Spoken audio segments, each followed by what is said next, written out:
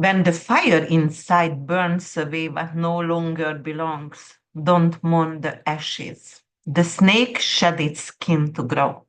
So must you. All right, guys, full moon in Scorpio, May 12th, 2025 at 22 degrees 52 minutes. The Sabian symbol actually is the 23-degree Scorpio, a bunny, a rabbit, metamorphosed into a fairy. First of all, I love bunnies and I also love fairies. So this symbol speaks to transformation of instinct into magic. And it is also vulnerability going to become our power as well. So it's about evolving the raw, the fragile, the fearful parts of ourselves into something transcendent. It's the alchemical glow up, the timid part of you going to grow right now, and you're going to grow a wing and you're gonna glow again. So metamorphosis, transcendent, something to outgrow. You can outgrow the fear. And also you can reclaim your magic as well. This full moon going to be very intense. Don't forget, it's in a fixed sign, 22 degrees. So when Nicola Stojanovic said, the 22 degrees or killed to be killed, I didn't realize that, or I didn't do the connection with each individual signs, only with fixed stars because of not essential dignity, but the actually what is that, the degree table says the 22 degrees fixed sign, it is actually critical degree. And I truly believe Aquarius, Scorpio, Leo, and what is the other one, 22 degree is really, really could be malefic for us. So yes, it is the kill or to be killed degree over here. So definitely, I'm not saying we will be killed or, but I do say because of it's a Scorpio full moon and it is bringing in ending and signing off of contract. It is also, scorpionic energy. It's not only the snake and the Scorpio and the alligator and the mama bear, actually the eight houses there, all the wild animals, but also it is some kind of volcanic activity, which is like we going to reborn from ashes, from nothing, like phoenix. Something gonna reborn from ashes like phoenix. Even a country could become, or a state could become very strong what was already ashes before because of wars. So let's see what can it bring for us. And if you're new to my channel, please give me a chance over here. You won't regret because I'm obsessed with asteroids and fixed stars, and I bring in a lot of mundane, and I teach actually astrology for you during my videos as well. So this is Cosmic Insight Astrology, and I am your co-pilot, Krisztina. So please make sure I am here for you to help you to overcome the difficulties, to remind you when it's a shitstorm outside and it's going to rain on your parade, and then I'm going to actually also help you to navigate through not just the hard, difficult times, but also use the potential of the good aspect as well. Because obviously, astrology is just a map. It is actually something which is a tool that we can use to manage our daily life, and it can make it easier for us. So if you are here for it, and if you don't like radical honesty, which usually I am, and I'm also very sarcastic as well, then I always tell everyone I might not be your cup of tea, but I can be your shot of tequila for sure. And if you're going to stay with me, you might going to laugh and cry with me together, because when I'm analyzing, sometimes I bring in very, very hard aspect as well, and I talking about that. And because of this is a lunation, Every single lunation, full moon, and new moon, I do a meditation as well. So stay with me, and I always analyze everything for the 12 signs. So, yes, so this full moon is actually Scorpionic. So, Scorpio rules the eighth house, and it ruled by Mars. That's the avatar, the old avatar of Scorpio, and the new avatar is Pluto, right? So, the eighth house, everything about taboos. It's about sex, tax, debt, anything to do with stock market. Obviously it's the financial axis, anything to do with volcanic activity, anything to do with underworld, Hades, right? Prenups, for example, anything to do with surgeries, abortion, miscarriage, and pregnancy, anything to do with detectives, for example, investigation, forensic science as well, and also researches as well, and genetic. Pluto rules genetic as well. Also, we have to check where is Pluto during this full moon and Mars, because it is the ruler of the moon. So, for example, Mars is actually in Leo, so he loves to be in Leo because he loves to be in the big brother sign, right? Because it's hot and dry also, just like Mars. Sun is hot and dry like Mars, so they love each other. And actually, Pluto is in Aquarius, right? So we need to check all the planetary aspects. And during this time, we're going to see this moon actually 22 degrees is going to trine to North Node in Pisces. It is going to be harmonious aspect. Trine is actually um, Jupiterian in flavor, so it's a growth. It's something to do with abundance and luxury, and it is a great transformation. It could be suggesting that the transformation initiated now are aligned with our soul evolutionary path, because of North Node is our path or soul path, something to do with our karmic purpose, for example, as humanity. And it's going to guide us toward compassion and spiritual growth. And you will see around the world, I told you guys before, North Node in Pisces will bring in a lot of compassion. People are not going to tolerate anymore any kind of violence or injustice, and they're going to speak up. But this moon also going to opposition to Uranus in Taurus, and Uranus in Taurus in fall. And I told you also, guys, when any kind of malefic planet actually it's in fall in detriment, it is going to bring in more evil energy, right? Because of they frustrated over them. So expect the unexpected with Uranus anyway, and Uranus position here can bring sudden changes or revolutions. And also it could be very challenging, but it could be challenging with anything to do with technology, anything to do actually with stock market craziness or cryptocurrency craziness. Most likely it is going to go under the weather again. So it's going to go up really high one day, and the next day, if it could also fall like 50%. And then the unexpected back and forth, very volatile, right? Very Uranian. And we're going to have a lot of rebel, a lot of social unrest. So as you know also, guys, the US having a Uranus return.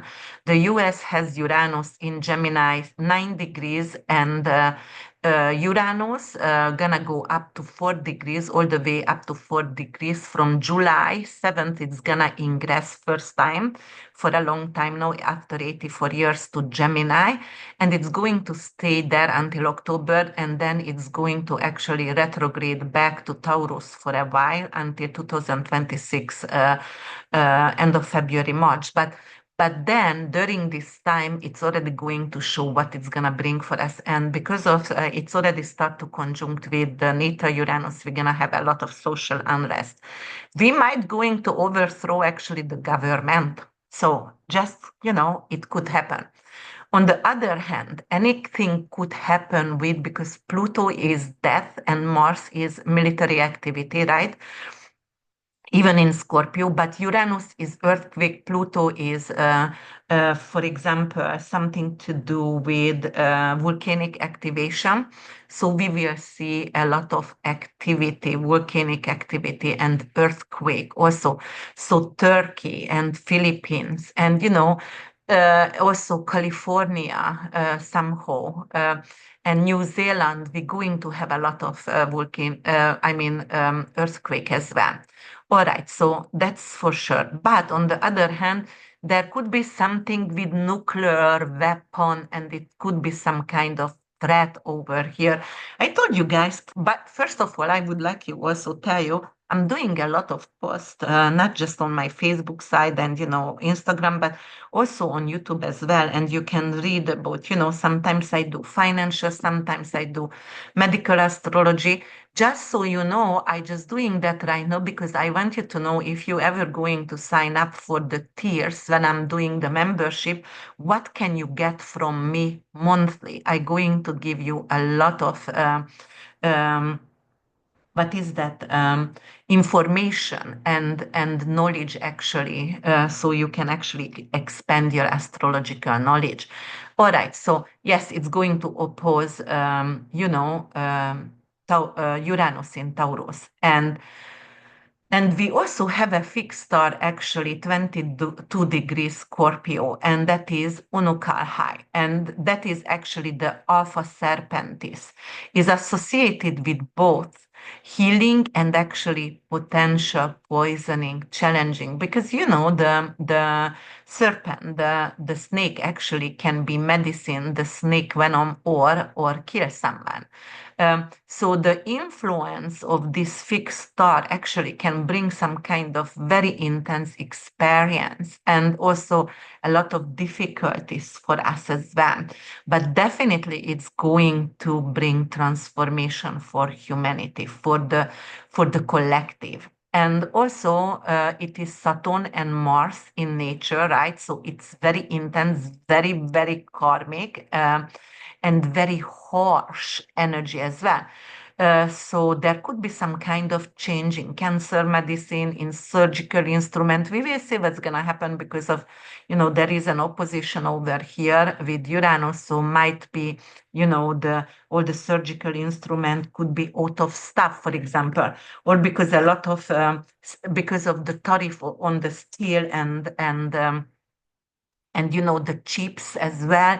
Maybe we are not going to be in the US capable to do the surgeries as we did before because we're gonna be out of stock for the surgical instruments, for example. All right, let's see actually the mythological background over here. Like for example, um, that is definitely a transformation for the serpents here, for the fixed star, and that is the heart of the serpent. So it could be actually the medicine is itself as well, and and then the astrological influence over here, because of we are talking about a full moon, which is ending something, right? Um, that's representing, for example. Something is in the collective energy going to actually end, maybe the turmoil from fears, because a lot of people are, for example, doesn't want to talk up what's going on around us because of there is a lot of fear spreaded, like if you're going to say this and that, you can go to jail. For example, today I was watching the news and then I realized there is a new law, what they actually wanted to pass the Congress, but it didn't pass today, which is like in America, you are not capable to say anything against, for example, an other country on the Middle East, because of then it is going to be punished. Whoever even posts a meme, for example, for the compassion, if it's out from compassion, what's going on in the Middle East, then you are going to be jailed for 20 years. And right now they say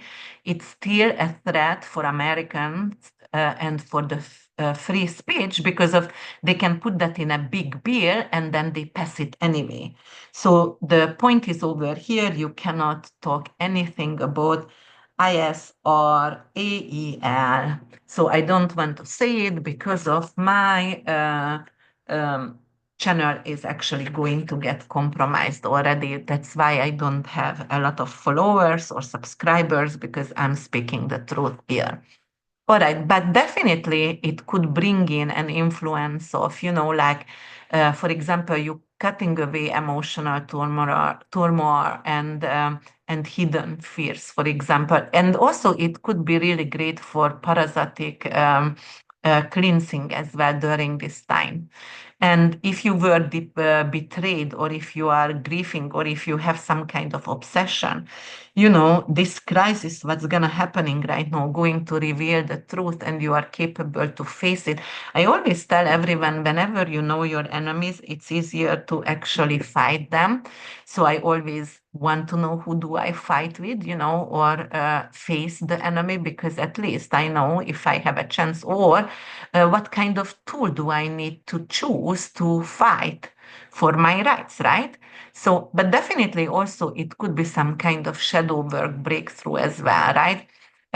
In personal level, if you had any kind of self-sabotaging behavior, jealousy, obsession, compulsive disorder, power struggles, you can actually cut away from those. So definitely it's a raw, unapologetic confrontation, and definitely it's a soul deep regeneration right now for all of us.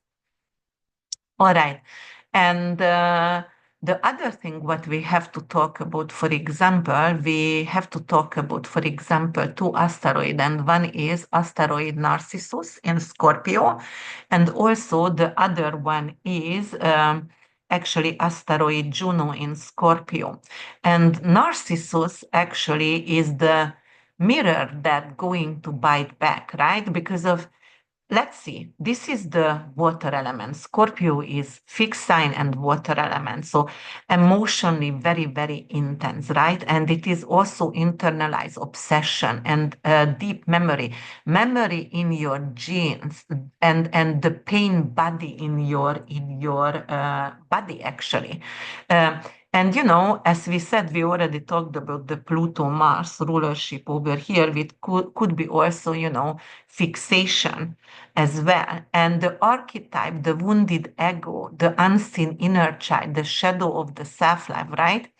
And over here with Narcissus, it could be some kind of hyper self focus, be in the center.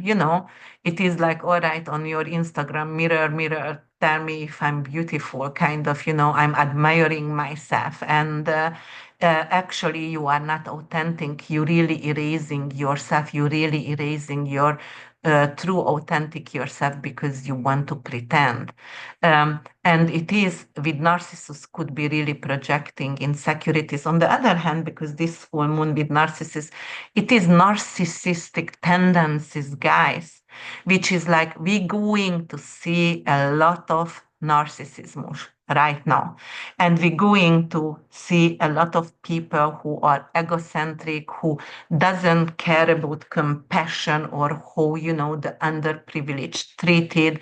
It is also seduction and self-validation with narcissists over here, and also projecting insecurities onto others, because you feel unloved, or if you felt invisible or ignored, then you're not going to, then you're going to become, for example, maybe ignorant or arrogant, perhaps, because narcissists also could bring in arrogance as well. And yes, so Narcissus is over there on this full moon. And then we also have asteroid Juno as well in Scorpio, and that is anything to do with loyalty and power and sacred contract as well. So it could be something to do with loyal to someone, but only erotically. So anything to soul ties, for example, emotional fusion. So it is just like not necessarily love the person, but obsess with the person sexually, or it could be also some kind of forged love, like crisis force love over here, anything to do with controlled love, for example. It is the archetype of Juno in Scorpio, is the soulmate, the avenger of betrayal, the keeper of the sacred promises as well. And the way it could unfold for us, trust issues could rise to the surface. Are you in partnership or bond to it, for example? Obsession with commitment, either clinging too tightly or fearing being owned, for example, and also contract under pressure as well.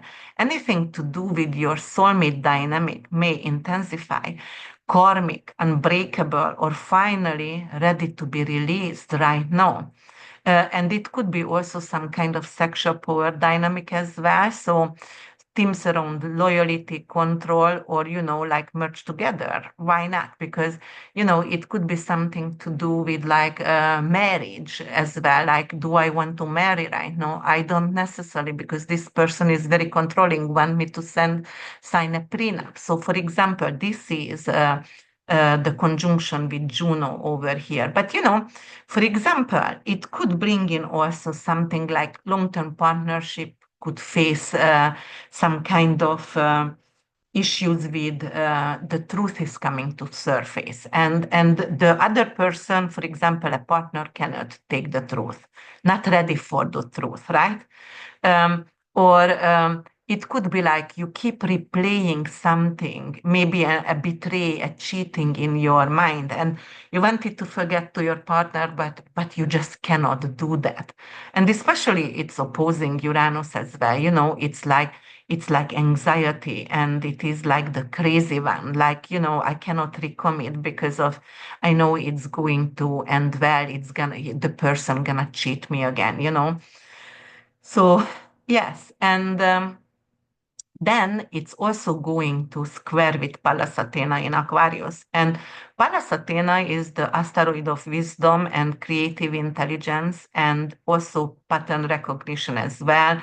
Pallas Athena is very wise and fighting and going to war wisely, as well. But in Aquarius is very detached sign. So it is the ice cold strategist over here, which is downloading information, for example, from the future, right?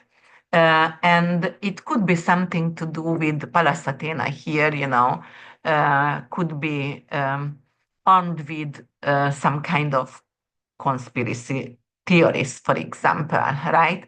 And it could be also something to do with, like, it's not going to be sentimental over here. It's still going to be very logical, but not necessarily going toward loyalty because of it going to fight with logistic, because it is Aquarius, and Aquarius ruled by Uranus and Saturn. So Pallas Athena over here going to be really, really detached, for example, even from wisdom as well. And definitely, if not from wisdom, but from creativity for sure, because it is going through Aquarius. And the full moon actually squaring Pallas over here, it is tension between the heart and the mind, distancing the heart and the mind, because of, for example, the Scorpio full moon, it is very, very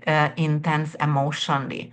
And the Aquarian, Uranian Aquarius is, for example, as I said, it could be really detached, and it just wants to think and doesn't necessarily want to feel nothing at all.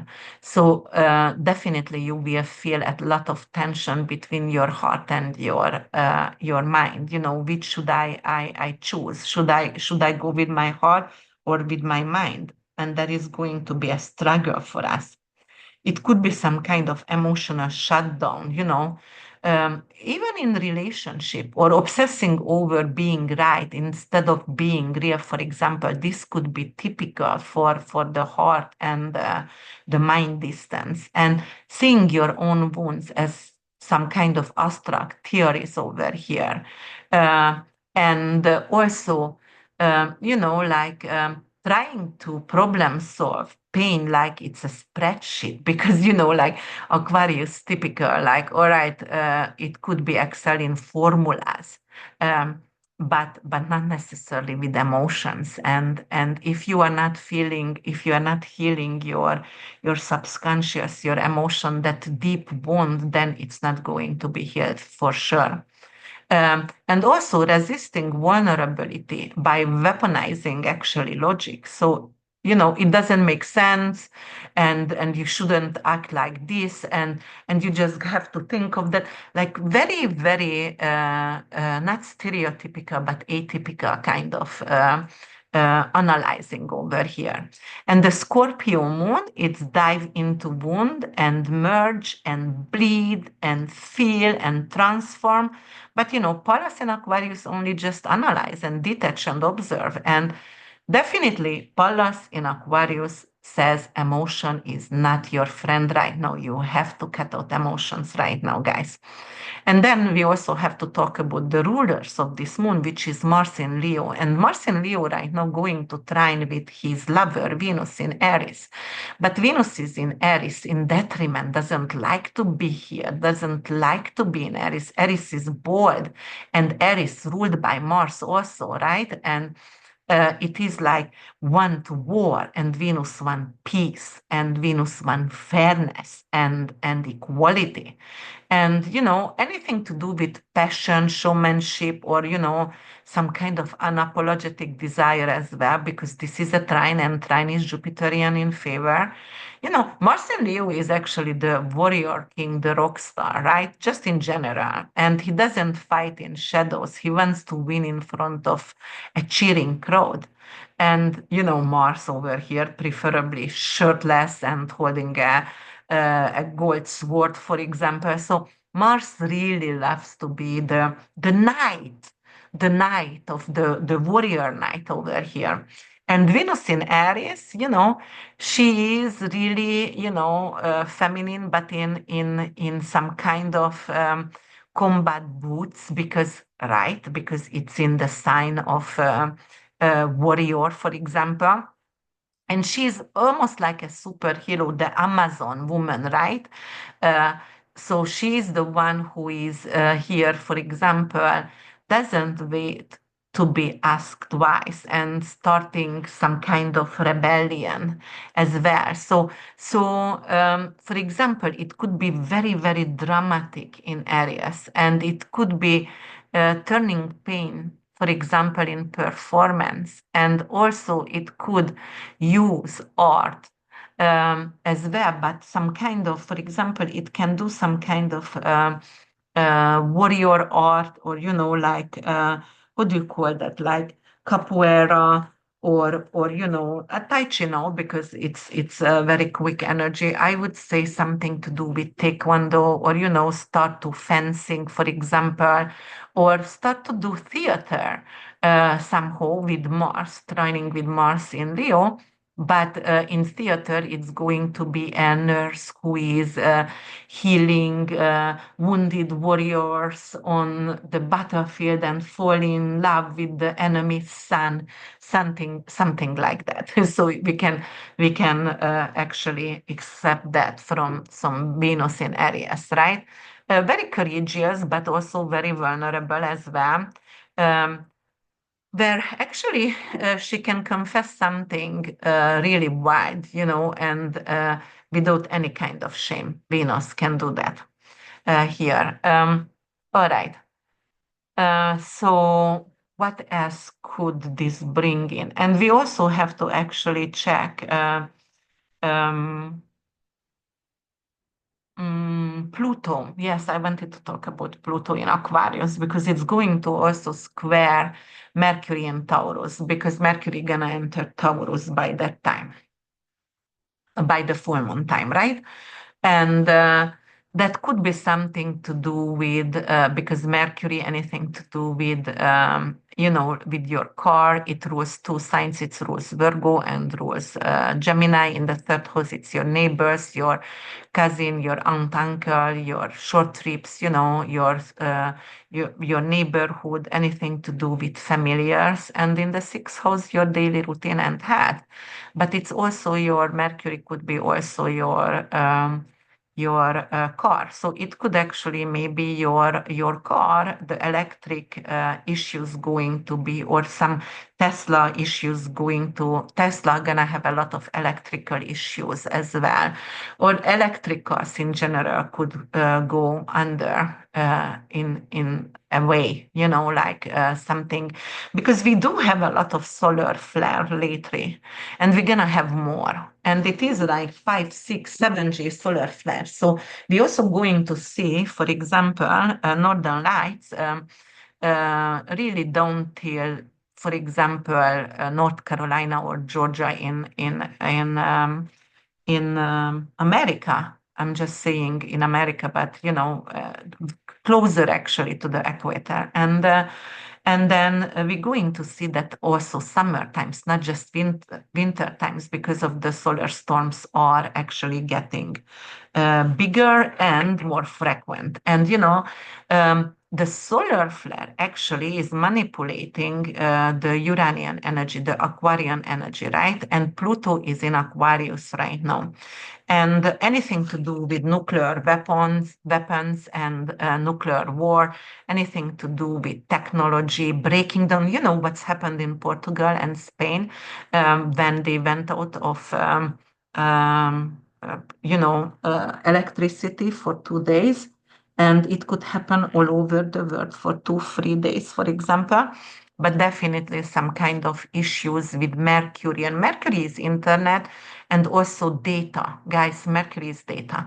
So it could be like some kind of cyber attack, major cyber attack, and they are taking our data somehow.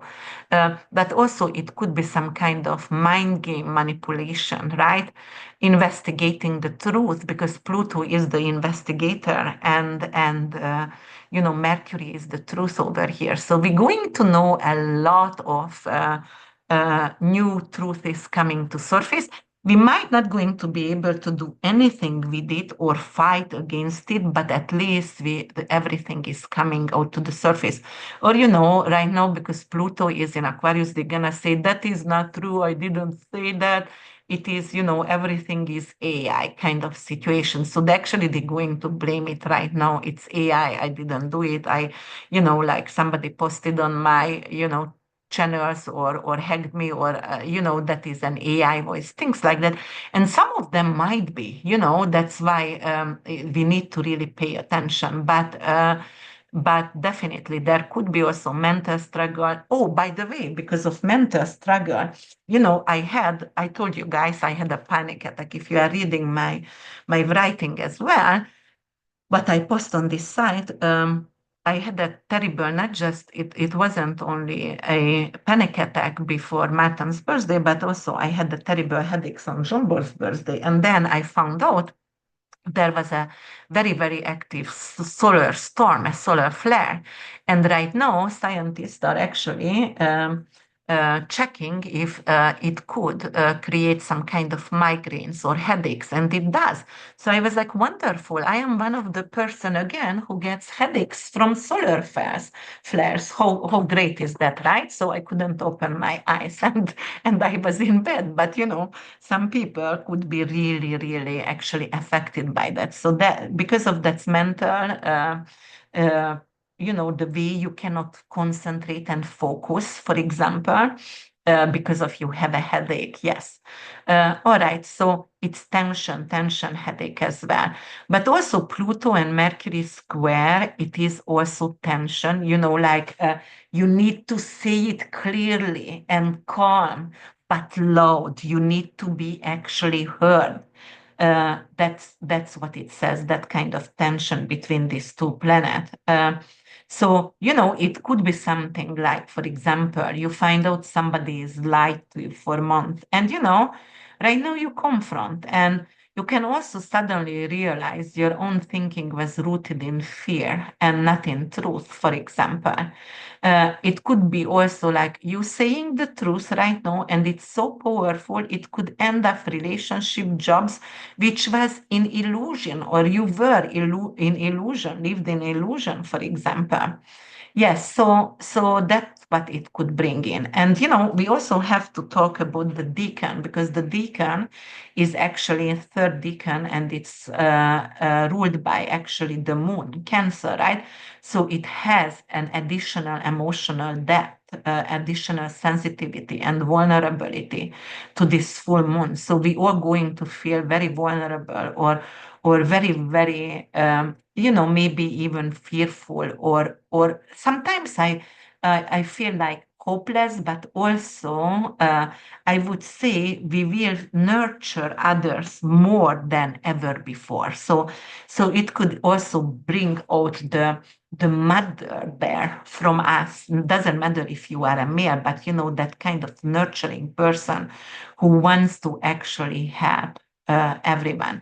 And you know what, guys? I also wanted to talk about, for example, a little bit about Russia, a little bit about, Trump and Israel, and the world, China, and also financial astrology as well, because obviously Scorpio is the stock market, 22 degrees. We talked about that. This is actually an honorific degree. It is a very important honorific degree in fixed signs, and it's also conjunct Juno and Narcissus, and opposing Uranus in fall in Taurus, which is also finances. So definitely cryptocurrency and stock market is going to be focus during this time. But also, as I said, because this is a rebirth, that is a lot of volcanic activation coming in, and also anything to do with tsunamis, and what is that? Also tsunamis and earthquakes as well. Yeah, so let's talk about Russia, for example. For example, Russia, December 25th, 1991 and 1949 in Moscow. That's the chart date, right? Date of birth. Ascendant is Libra. The chart ruler is Venus, and the midheaven is Taurus. The MC ruler also Venus, and Venus placement actually is in also 22 degrees in Scorpio, the natal Venus over there. So, and it's in Scorpio, actually, it's in detriment, right? So, what's going to happen with Russia over here? Venus is actually in the national chart, it's currency, treasury, and the financial system, right? Anything to do with peace agreement, for example, anything to do with diplomacy, the national moral and values. So what's going to happen over here? It's going to actually trigger some kind of economic shifts, right? So it could actually alternate the financial system. The BRICS can become the leading currency, for example, instead of dollars. And the BRICS nation, Russia is the BRIC nation over there. So we always see the moon cycles and the lunation at least half year or 18 months. But half year, for example, it's already a full moon, so it could start actually half year before. So something is unfolding during this full moon at least 6 weeks after. So we will see maybe Putin going to say that, okay, we are actually talking to India, Korea, South Africa, Brazil, whatever, Iran, they are really connected to Iran as well. We're going to make sure the leading currency to buy oil and everything, and especially because of Trump wants this tariff things, which is going to ruin the economy in here. Don't forget, the US dollar has a Saturn return, my dears, and the US dollar has a Saturn, an Aries stellium, actually. Um, and Saturn is gonna go over Mercury and Venus on the US dollar, and the US itself is a Sagittarius rising and Uranus return. So we're going to have a lot of downfall over here. So definitely BRIC nation going to be the leading over here. And during this full moon, don't forget, Putin also has a Scorpio rising. He is Libra, but has a Scorpio rising. So definitely it will bring in some kind of advantage for them with the BRICS dollar. Market volatility for sure. Why? Because of America's tariff. Right now, they're going to start it. Last time I actually explained you guys what do you have to check when somebody how much tariff a country pays. You have to check the population, how many people live in that country, and how big is the country. So it doesn't matter if America says, okay, for example, Canada doesn't pay as much tariff as we do. Canada only has 40 million people. America has 360 million, for goodness sake. And it's pretty much the same, by area, same size, but anyway, the population is a lot lower. Or if we're talking about Germany, because he was talking about Germany as well, Germany is tiny.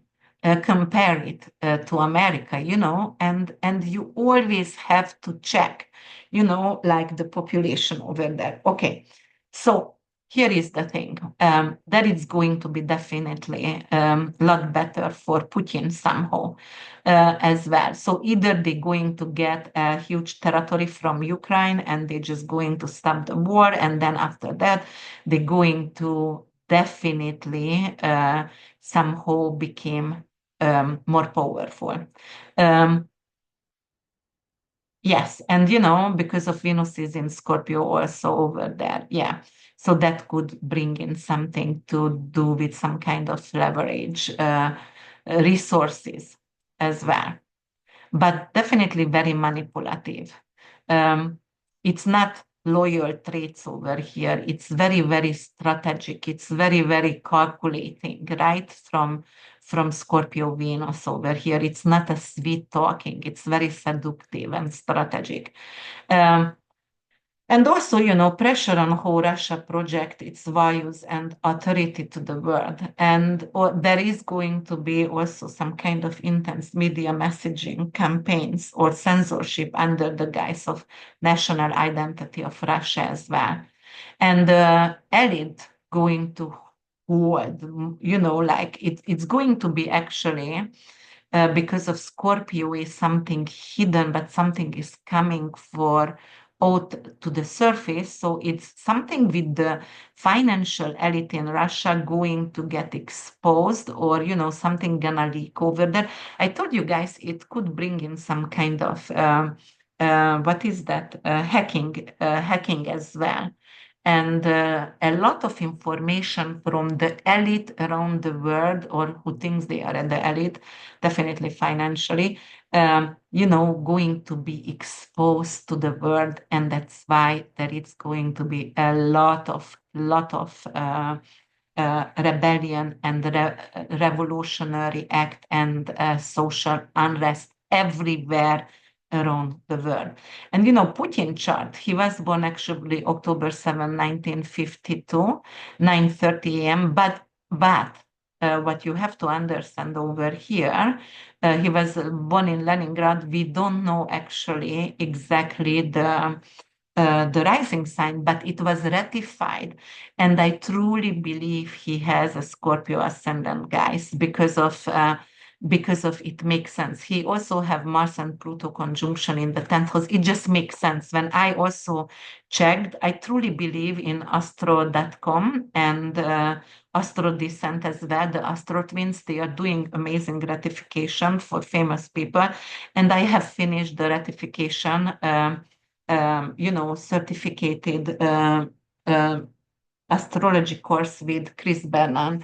And I truly believe, I also check Putin chart, and I truly believe he's a Scorpio ascendant. So, it is going to actually, because of the full moon, is going to square his midheaven, first of all, right? And he does have an ascendant also in Scorpio. So I would think something to do with, and Pluto for him actually in 22 degrees Leo, and the midheaven actually in 21 degrees Leo, and Mars also in Leo for him, and we have a Mars return. He has a Mars return.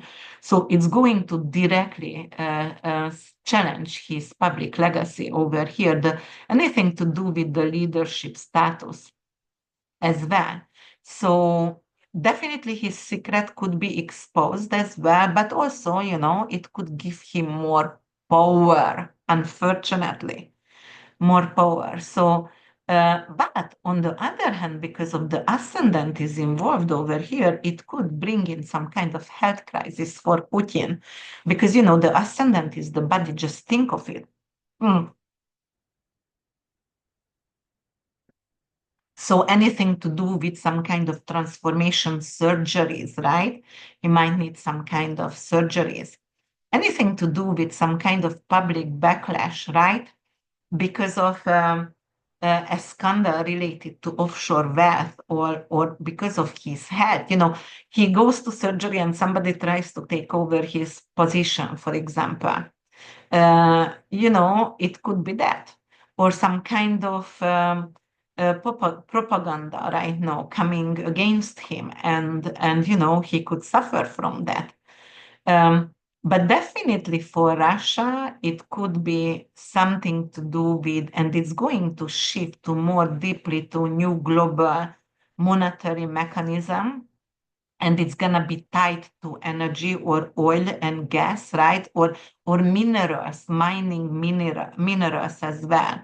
And also, I see some kind of possible military escalation right now, in between Russia and Ukraine for a while, until Russia going to take over some areas, and it's gonna have a new status right now. Okay, so then we're gonna go to European Union chart, guys, because there is Mars-Pluto conjunction in Scorpio in 24 degrees for the European Union, right? In the natal chart. So May 12, actually, the moon going to happen at 22 degrees. So it is actually going to be on the Mars-Pluto conjunction. And well, this is something because of actually Mars Pluto, it's in the second house. And second house is something to do with the economy and the resources and the assets of the European Union.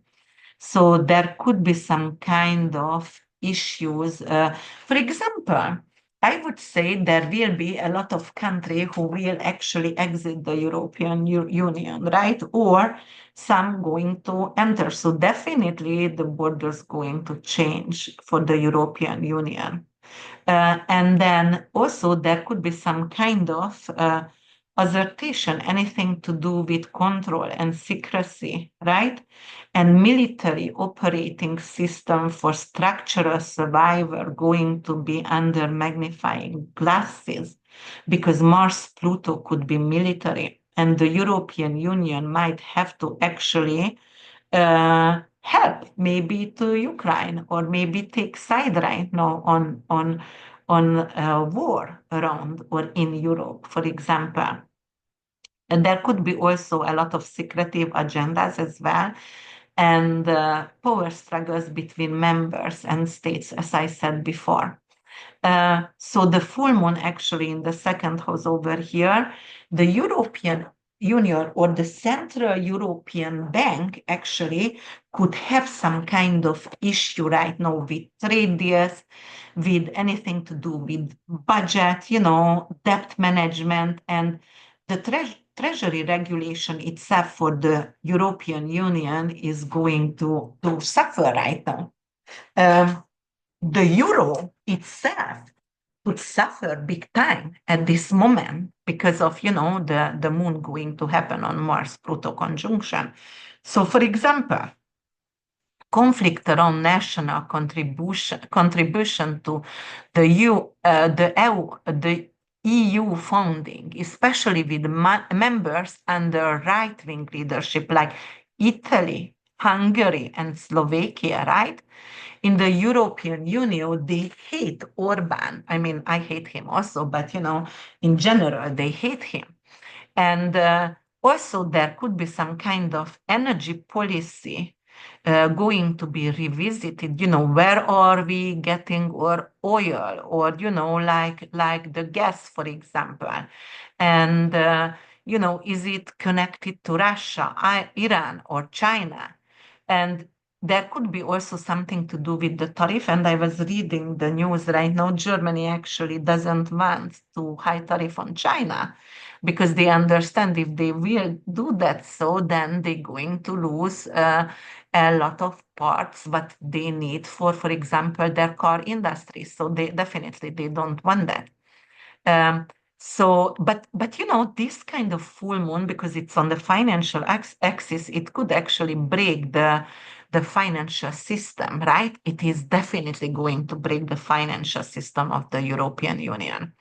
And there could be also some kind of disagreement around migration and military as well, and anything to do with even green legislation as well. And there could be a tension between Germany and France, between the leadership over here. And obviously, there's going to be something to do with Ukraine because of the structure, and the border of Ukraine is going to get actually changed.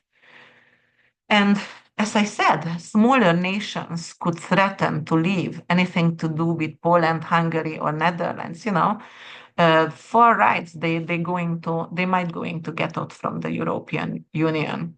And also there going to be a lot of civil unrest and protests, guys. And for example, Belgium, Spain, farmers, workers. Why?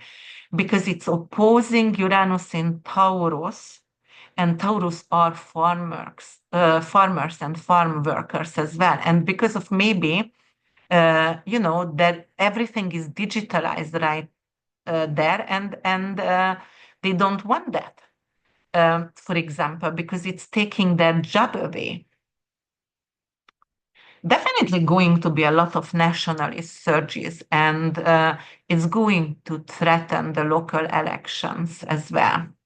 So, for example, Italy refuses to accept new migrant quotas, right? And Germany, for example, freezing green energy funds.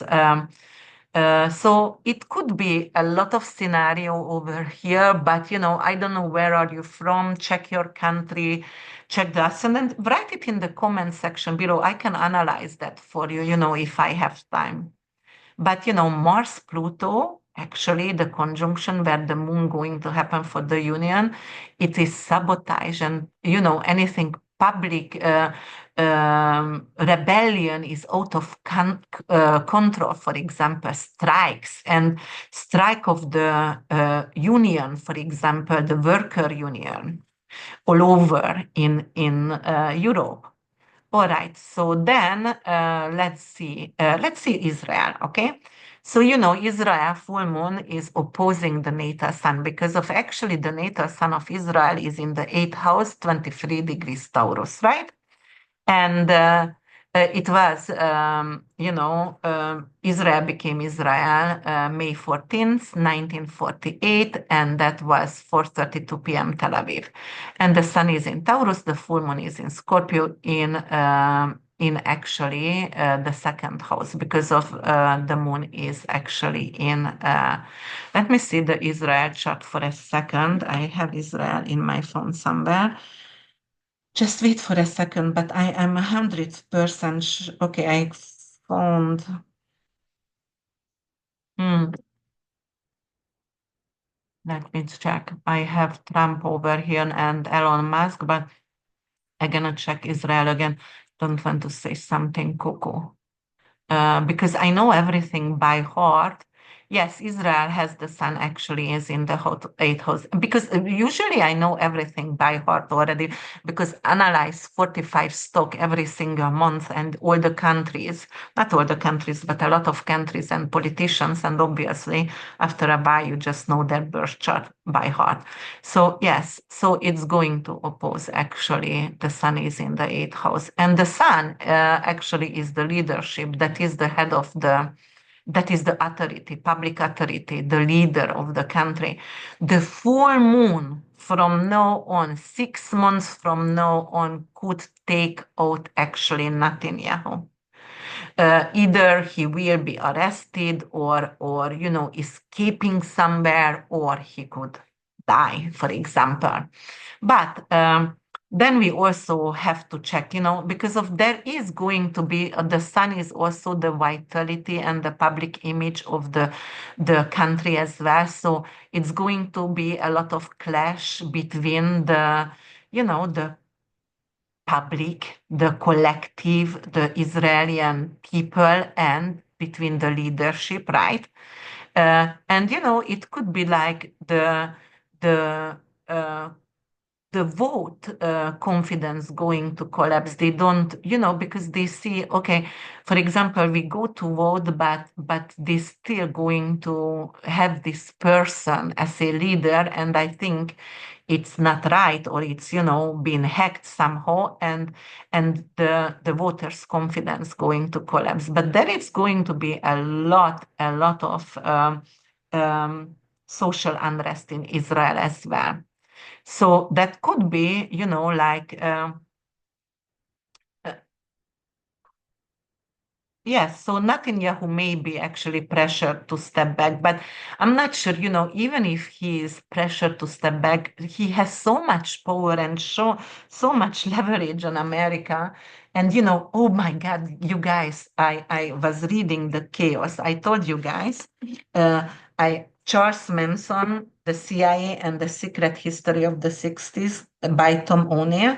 And right now, I bought all the books from Whitney Babs. She's amazing. She's not only a historian, but a journalist, very young, very knowledgeable woman, young woman with two little children. But oh my God, I started to read the One Nation under Blackmail, and it has volume one and volume two, and I'm only halfway to volume one, but it's going back all the way. It starts with actually Lucky Luciano and the mafia over there, and just read the book because of even Roosevelt's sons actually had and been corrupted, and fire is the game dirtiest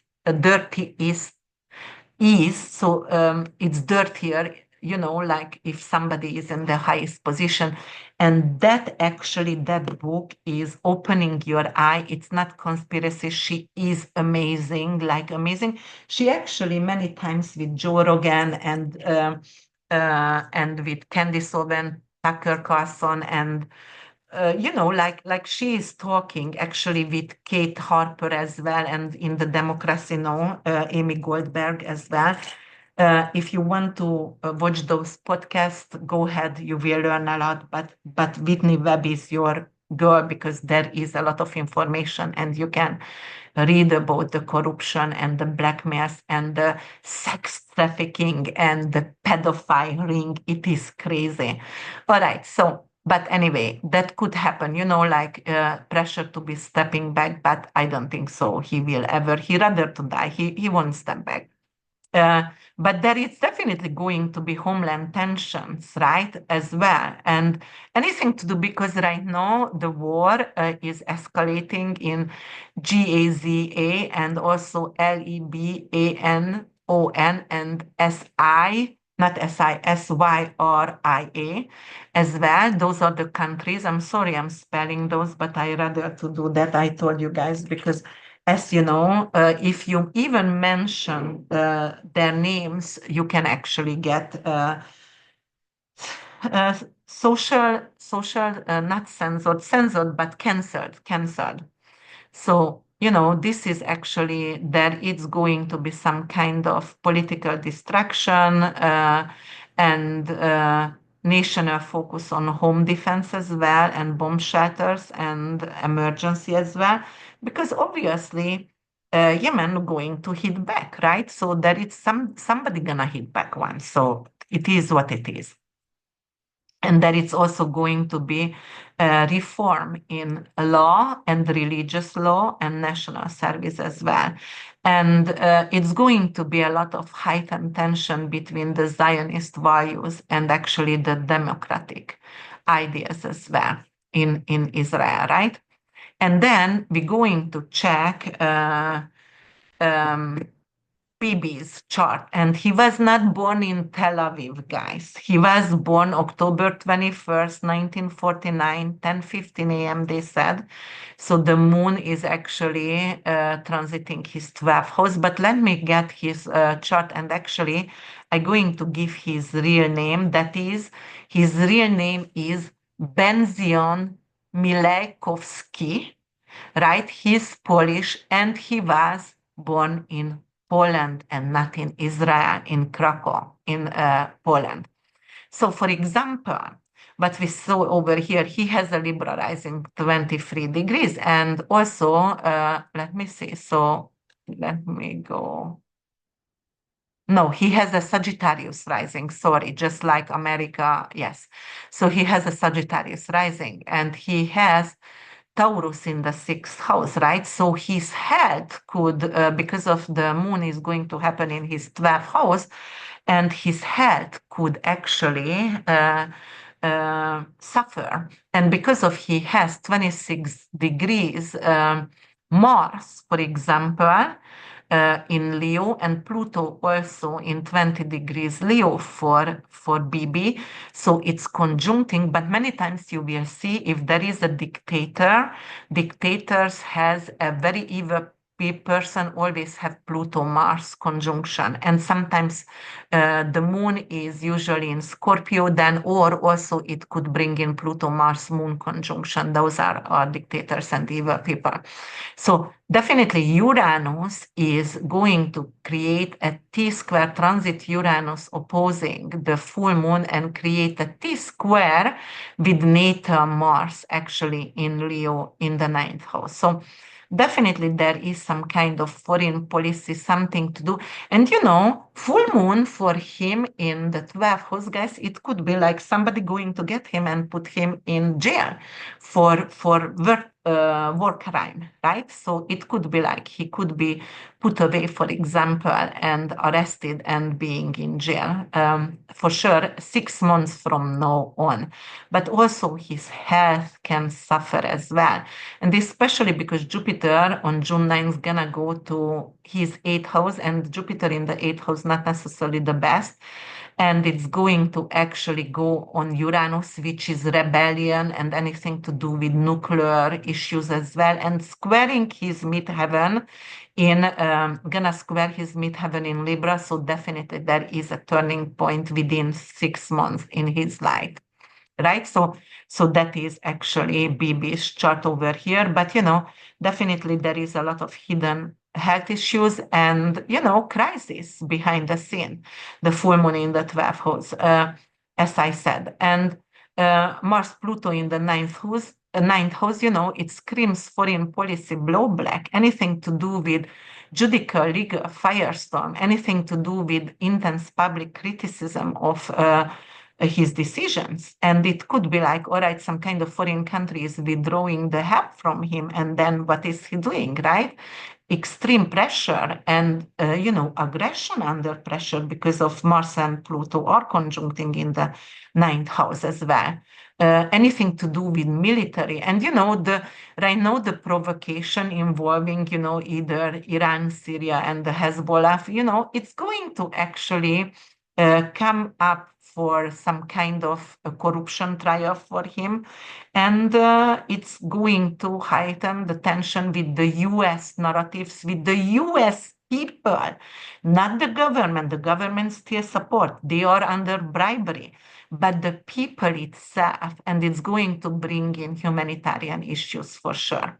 And then we're going to go to the United States, guys, because the United States also has actually a Sagittarius rising, just like BB, and the full moon is going to happen in the 12th house. And it is United States, July 4th, 1776, 5:10 p.m., Philadelphia. You can check it. The sun is in Cancer, 13 degrees in the 8th house. The sun actually, it's representing national identity and the leadership, the core values, right, which is centered around the home and security and nurturing, and the full moon in Scorpio going to illuminate hidden issues and power dynamic and transformative processes as well. So there could be something, public focus on governmental decisions, and it is going to be a debate, about the leadership and the shift in the leadership as well. And national security concern going to get heightened as well, and domestic safety, because of this is a moon, and the moon is representing the nation itself. So yes, and the housing market going to be an issue in America also as well. But there could be some kind of financial policies which is coming in, which is actually going to be something to do with taxation, but also it is hidden. It is something what they don't want to show for the public. It's going actually behind the eye of the public. And as I said, they're gonna have a Uranus return, the United State, and it's going to have, and this one also because it's opposing Uranus. Come on, that is the public is actually social unrest. We're gonna be on the street, and actually, we're going to be on the street and demonstrate, like rebel against the government for sure. But there is going to be a lot of also seismic activity and technological failures and disruption, as I said, power grids and transportation systems going to fail during this time and the next 6 months. The fault lines, the Andrew fault lines on California, also, it's going to heighten activity. We're going to have a lot of earthquakes for sure. And, we're going to have a sudden shift in cryptocurrency. As you know, today, I just heard again in the news, there was $2 billion they invested in the Trump coin. And it is illegal. And because he cannot have a coin, but, whatever illegal or not, it's still he has it.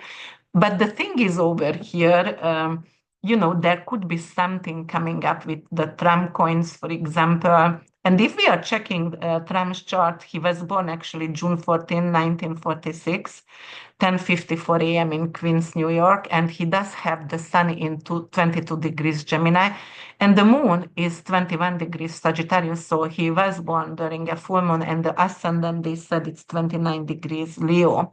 Right? His midheaven 24 degrees Taurus, so Uranus is over there. So the full moon actually is opposing Uranus and the midheaven. And by the way, it's squaring the ascendant and squaring Mars in 26 degree Leo. And his progress moon is also 18 degrees Scorpio right now. So obviously it's also conjunct the full moon, right now. So, it's a lot of issues for him right now, a lot of issues. And it could be, for example, the opposing the midheaven, anything to do with the legacy, the public image. It's going to come under massive, transformation and pressure, for example. It could be a fall and a peak, and it's going to be very, very visible. But obviously, right now, I would think he's on the peak. So from now on here, it could be actually a major fall over there. And don't forget, Algol is still there, and Algol is the Medusa, the beheaded, right? So it could be something to do with, because of the Taurus midheaven, anything to do with values, control, and wealth and stability. And the Scorpio moon blows secrets wide open for him. So anything to do with his willpower, aggression, the squares Mars in 26 Leo, legal actions, something about sexuality, anything to do with, ego backlashes. And he could get cornered and and actually he could lash out because he's getting cornered. He doesn't like to be cornered. He's, the king. And because of it squares the ascendant, obviously, it could bring in some kind of health crisis as well. Um, and something to do with rage, because narcissism, and there is Narcissus, actually it's conjunct with the Scorpio moon, and it's squaring with Mars and his ascendant, so some kind of narcissistic injury, some kind of rage which is going to drain him, just not just physically, but like from the public as well. And don't forget, Saturn's still in his eighth house, right? And he has 12th house Cancer stellium. And I told you guys, Trump actually has the typical stroke um, medical astrological placement. He has North Node and Sun and Uranus conjunction. So when Uranus gonna go to his 11th house in Gemini, is going to already activate that. So he has that, but anyway, the Gemini Saturn going to square June 15 with this placement. So by June 15, I really think he's going to have some kind of major health issues over here. Um, but it could be definitely also some kind of public trial coming back for him, and it's going to erupt anything to do about money, sex, and manipulation. Obviously, we're talking about Pluto and we're talking about Mars over here, which rules the moon, right? So yes, anything to do, because Pluto is in Aquarius and it's transiting his sixth house, because he has an Aries rising. So federal bureaucracy and the enemies are going to rise, for example, and Pluto in Aquarius, guys, what I was thinking? Because of Tesla Elon lost 130 billion right now, and Elon have, this is out in the public. It's been said many times, like they manipulated somehow the elections and they won. I don't need your votes. I have already enough vote. Elon knows how to use computers, those kind of voting computers. That's the easiest to manipulate. So it's out in public. So don't try to trash me over here. It's out in public. For example, because of right now he lost a lot of money and he is pushed away from the government. Elon Musk never could have been, not even governor, but for example, a president, obviously, because he was not born in America, and Trump is, talking about that. So his ego is injured. So because of Jupiter gonna go, for example, right now to Cancer, and it's gonna be exalted. And Elon has a Cancer Sun in 5 degrees, but the ascendant in 13 degrees. So obviously, and the Tesla also has Cancer stellium as well.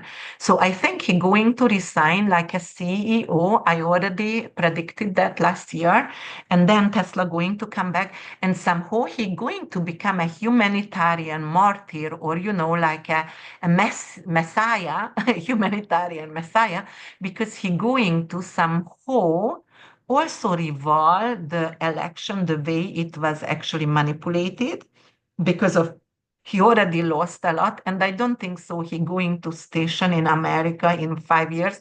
He might going to actually go to some Asian country and have there his SpaceX and whatever, not in China, but somewhere in Asia, probably.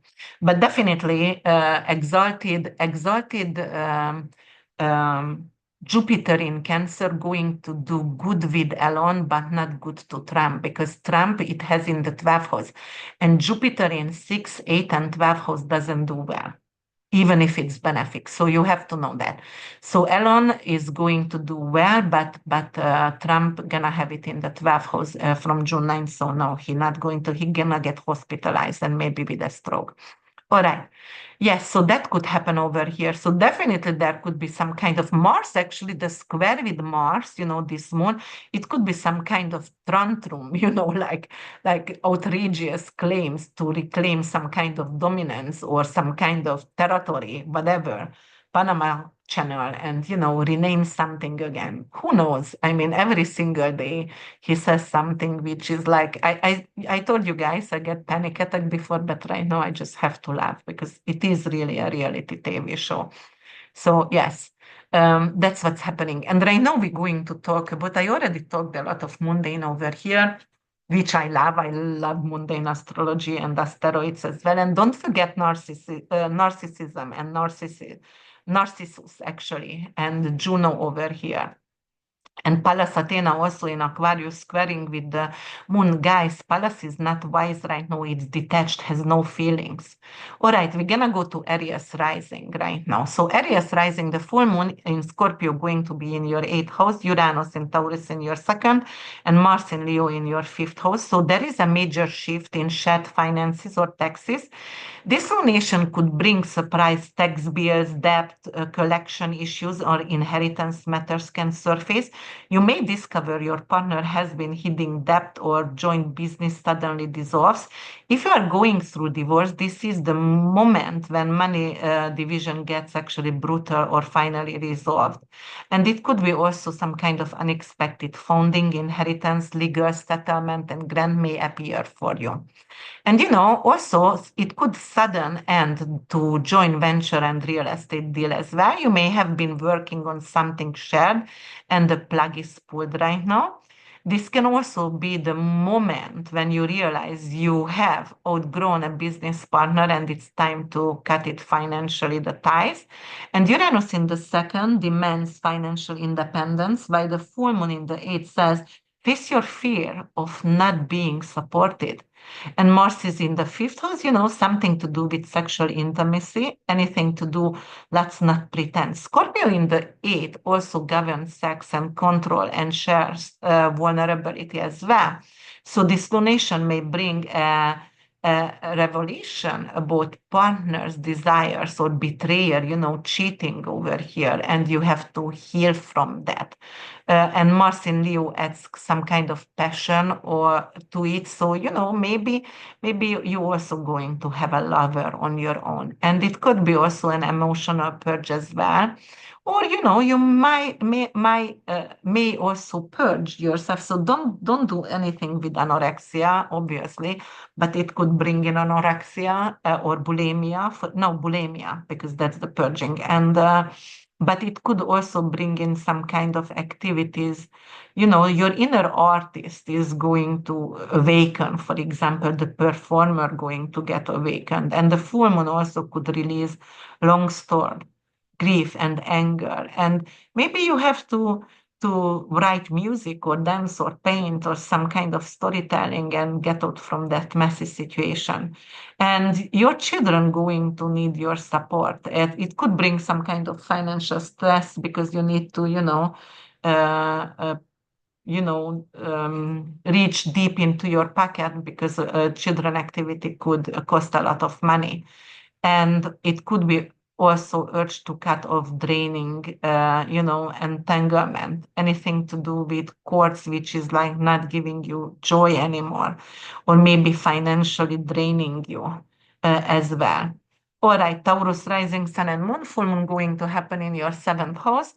In Scorpio, partnership, contract, and mirrors, and Uranus is in the 1st house, which is identity, body, and reinvention. And Mars is in your 4th house, Leo, home, family roots, ancestral patterns, right? And anything to do with relationship secrets could surface, trust issues could magnify, anything to do with jealousy, betrayal, emotional manipulation, obsession, control, power imbalance, something you have known was actually there, but finally it's burst and it's surfacing and you have to face it.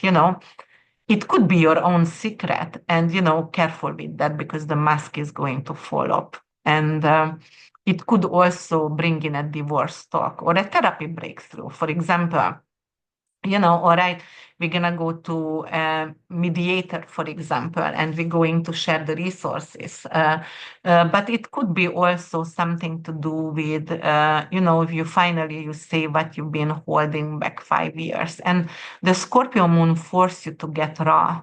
So this is very important. And Mars is in the fourth house. It is definitely family tensions, especially with your partner or with your children, and it could bring in relationship drama. And finally, you can say, I'm not responsible for your chaos anymore and I'm done. Even if you are a mother of a child and you are just like, okay, you can go, you can rent an apartment, I'm done over here. And Uranus in the first house, you are changing and you can change physically as well, uh, but could actually surprise your family. Maybe you are coming out like you are gay or transgender, and also it could bring in some kind of boundaries, new boundaries in the family, because Mars and Leo in the fourth house actually some kind of ego clashes at home, and it could be very loud and dramatic as well. So the kind of family meeting where someone actually slams the door and someone cries, or it could bring back some kind of grudges from 10 years ago. And then also it could be like you are defending your truth in publicly, and it could be shake you up, your identity, because Uranus is on your ascendant and it's surprising everybody. As I said, the physical change, your appearance, your health decisions going to be very, very radical, for example. And it could bring also romantic passion and rage as well, and unexpected rage, for example. Rage with your family members, with your mother figure, with your parent figures, or with your children also, old wounds around trust and abandonment. It's going to get triggered before it's going to get hit. Gemini, rising sun and moon, the full moon going to be in your sixth house, Scorpio, work hack, daily routine, service. Uranus in the 12th house, which is subconscious endings, hidden enemies, mental health in Taurus. And Mars is in the third house, communication, siblings, local drama, tech, and transport. It could be some kind of sudden health scare, and you might going to need a detox or a surgery immediately. You can get hospitalized. Anything to do with, because sixth house could be something chronic, but you ignored it for a long time, and right now it screams for attention. It could be something to do with hormonal or reproductive or autoimmune issues, for example, Epstein-Barr syndrome, Hashimoto, but it could be quite frankly karmic as well. And you going to cut toxic relationships for sure. And for example, you can end a job or toxic work pattern. This is a breaking point. You actually releasing perfectionist complex right now, and your soul says no louder than your resume says yes. You have to say yes to something which is alternative, which is going to release the perfectionist complex over here, something to do with eating or joy as well. And it could be some kind of conflict with coworkers, which was hidden, for example. The motive was hidden, but right now you can see it, you can hear it loud, and you undermined actually that coworker behind the scene or that enemy. But right now you are clashing, and you see that gossip bombs is really, really powerful, and it's really toxic, and you don't want to be part of this anymore. So you're cutting relationships at work, and there could be also some kind of spiritual insight as well. You're downloading information and you put that in words and you're going to meditate on it or sit on it a little bit and write and cry and cleanse, It is a wake-up call. It is like also, you might going to decide you need to become more spiritual and you wake up 5 a.m., to chant. And, you can stop drinking overnight. It's very, very sudden. And it could be also something to do with siblings and neighbors. Somebody was betraying you, and it's going to demand attention. You thought, like, why is the HOE emailing me again? Like, come on, what is this drama? Somebody is always, like report me for something, but I haven't done. Definitely, there could be a lot of criticism, and you need to actually dump your emotional baggage on someone, and you can dump that on your siblings, but they're not going to take it well. So it could be some kind of technical breakdown as well, anything to do with your cars or, maybe with your communication devices, anything to do with your computer. Maybe you uploaded your schools or your recording and it's not recording the voice. I hope it's not happening with me, but, because I'm always scared of that. But, Mars is in Leo, so make sure your words are heard and it's royal and it's not wasted. All right. So, I mean, it's very, very rude to say, but it's not wasted on peasants, right? So talk to people who deserve your voice, who actually honor your knowledge. Cancer rising sun and moon is going to be in your fifth house, the moon, love affairs, creativity, fertility, joy, children, and Uranus is in the 11th house, which is also luck, and the fifth house also anything to do with lottery as well. 11th house is your community long-term dreams, but actually it is friends and networks, not community. Really, it is online community. And Mars in the second, which is self-worth, values, income, personal values, and also the food that you eat. So, it could be some kind of drama, some kind of drama going to explode, and it's around maybe some crash on your friend or and it could bring in some kind of dramatic collapse in your friendship, because Scorpio is in the fifth house, and you fall in love with your girlfriend's husband, for example. It's very karmic chemistry. It forces you to face, the circumstances of what you are doing right now and your decision. And it is like, okay, should I bring that trauma in because it's going to be really nasty and nobody gonna talk to me? I'm going to be, the black sheep in my social circle. Also, it could be like your children going to require unexpected attention, something to do with their behavior or health as well. Anything to do with obsessive behavior, or, they might going to become fearful, fear of death, or they need to get answered questions for sex as well. Anything to do with, if there is a scary diagnosis, go ahead and do a second opinion all the time, because the moon is going to be, like bringing some kind of ending conclusion over here. So I always would do, especially with full moon, some second opinion. But it could be something to do with psychological or around grief and around maybe, like somebody, well, unfortunately, it could be like you hear that the teacher said something inappropriate or the coach touched, the child inappropriately and you have to go to psychologist. But definitely friendship circle could drastically shifting right now, and old alliance is going to break and new tribe is going to come in. The friendship could suddenly bloom into romance, as I said, but they're going to be envy. And also it could be like a lot of social obligation, but it will feel fake and you don't want to be there. Also, something to do with financial tensions, because the second house, and it could be tied actually to children, right? Because well, maybe my children need to have $6,000 for summer camp monthly, and right now I have to come up with the money, and it's 10 weeks. And it's going to be like $14,000, and I don't know where I'm gonna get that $14,000 for my children camp. And it could be also some kind of romantic betrayal as well. Maybe your romantic partner you dated borrowed money and get away with the money, and you never see him or her again. It could bring in also unexpected pregnancy. So be careful if you don't want to actually become pregnant during this time or make pregnant anyone. Um, and if you had some kind of lost creative spark, right now it could return suddenly, the desire to reclaim joy, it could be really sudden and coming back to you. Leo rising sun and moon, the full moon is going to be in your fourth house. Scorpio, home roots, parents, emotional foundations, ending funerals. Uranus in the 10th house, which is career, public image, and your status, honor, recognition. Mars is in the first house, which is identity, health, and assertion and vitality.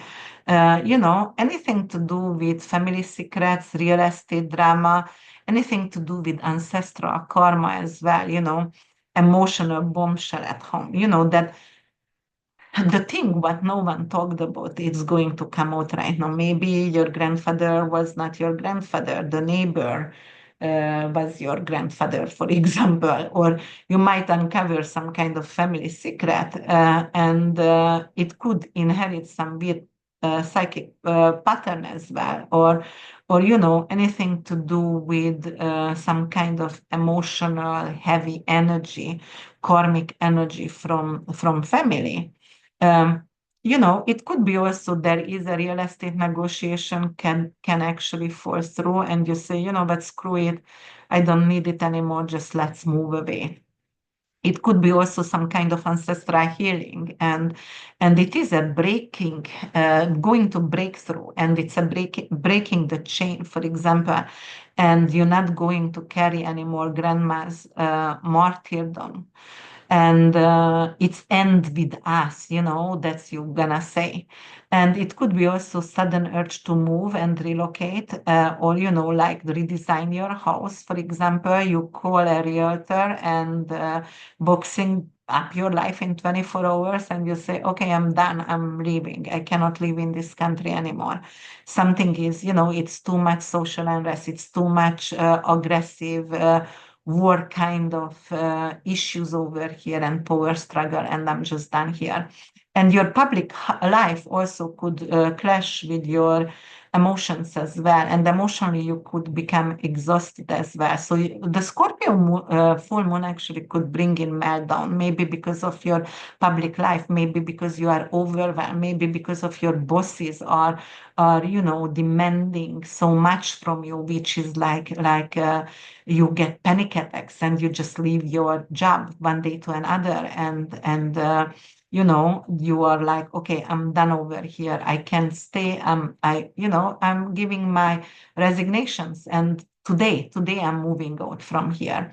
And it could be also something to do with an identity rebirth, because Mars is going to be in your first house, and it is like fire. It's like very liony energy over here, ego injury and burnout. And it could bring in physical inflammation and burns or cuts on the, like careful with knife and guns during this time, definitely.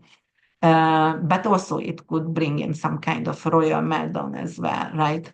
Because you defend yourself, you have to validate yourself, and you have enough from defend yourself all the time.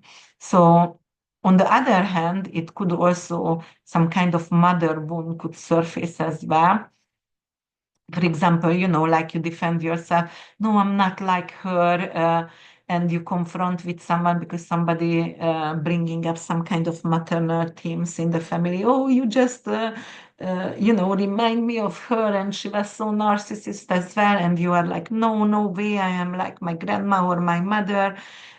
But also, finally, when you somebody confront with you a situation like that, you can forgive to yourself or to your maternal, parent or grandparent, because you realize there is something ancestral and deeply rooted, and you definitely have to get rid of that family karma.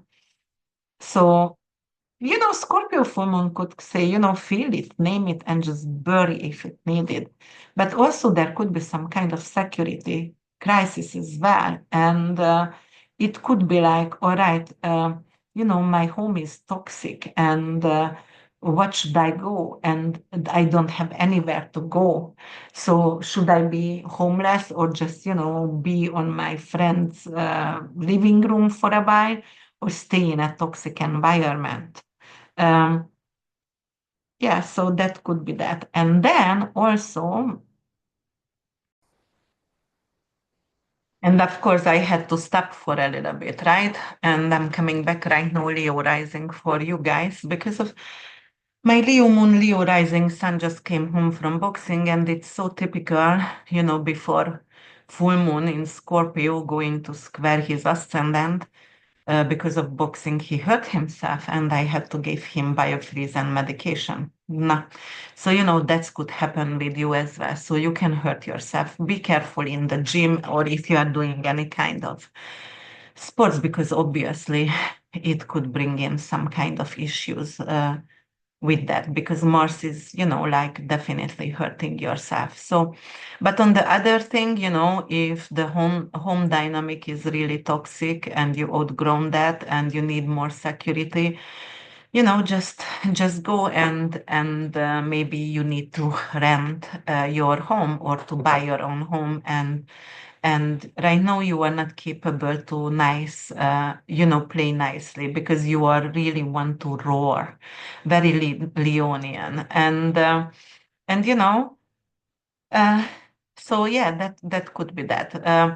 And as I said, the mother wound also could surface for you, but you are capable to forgive to a maternal parent. All right, Virgo rising sun and moon. Full moon is going to be in your third house.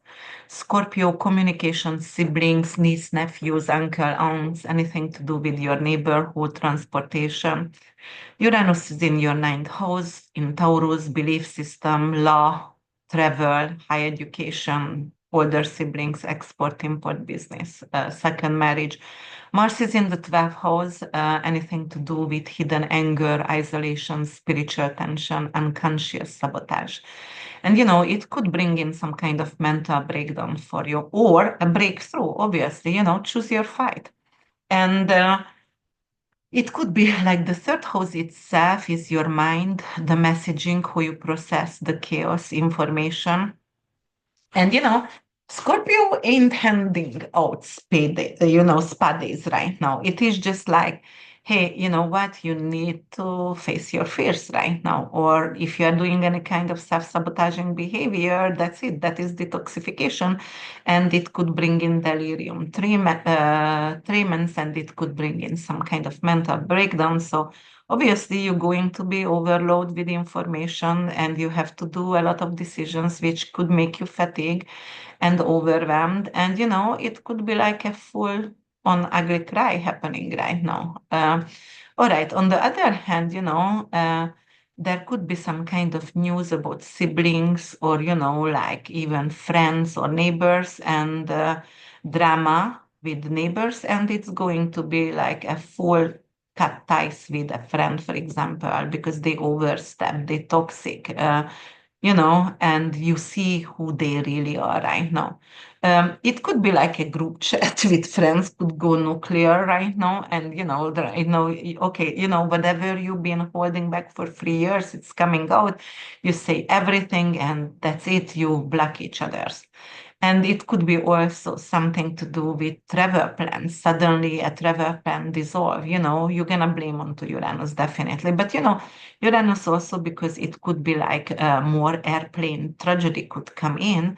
It is like you are scared actually to travel during this time. So there is a lot of airplane issues going on. And it is because Uranus is in fall, guys. And Uranus actually started a lot of synodic cycle with Mars, with Venus. There is a lot of conjunction in Taurus with for Uranus, and because of that, it could bring in some kind of devastating news constantly with flying. So a lot of people going to have fear from flying, for example. Or what, Uranus rules drones, and because it's also opposing, like the full moon, which is ruled by Pluto and Mars. It could be like, like right now, it's not just a lot of uh, tragedy with airplane tragedy, but also something to do with drones and military bombs, and you're just not comfortable.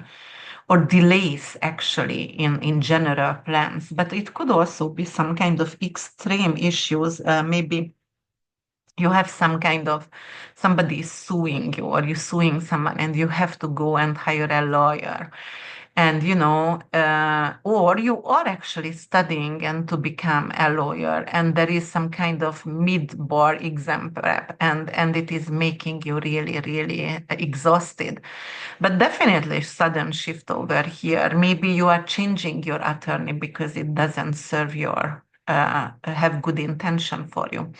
And there could be also spiritual download, and it could be hit during an insomnia spiral, anything to do with, Mars is in the 12th house. It's a spiritual pressure cooker for you. It's rage, it's sex dreams, it's war dreams, hot flashes at night, So it could be like your soul actually downloading so much information and you're going to have a psychic burnout.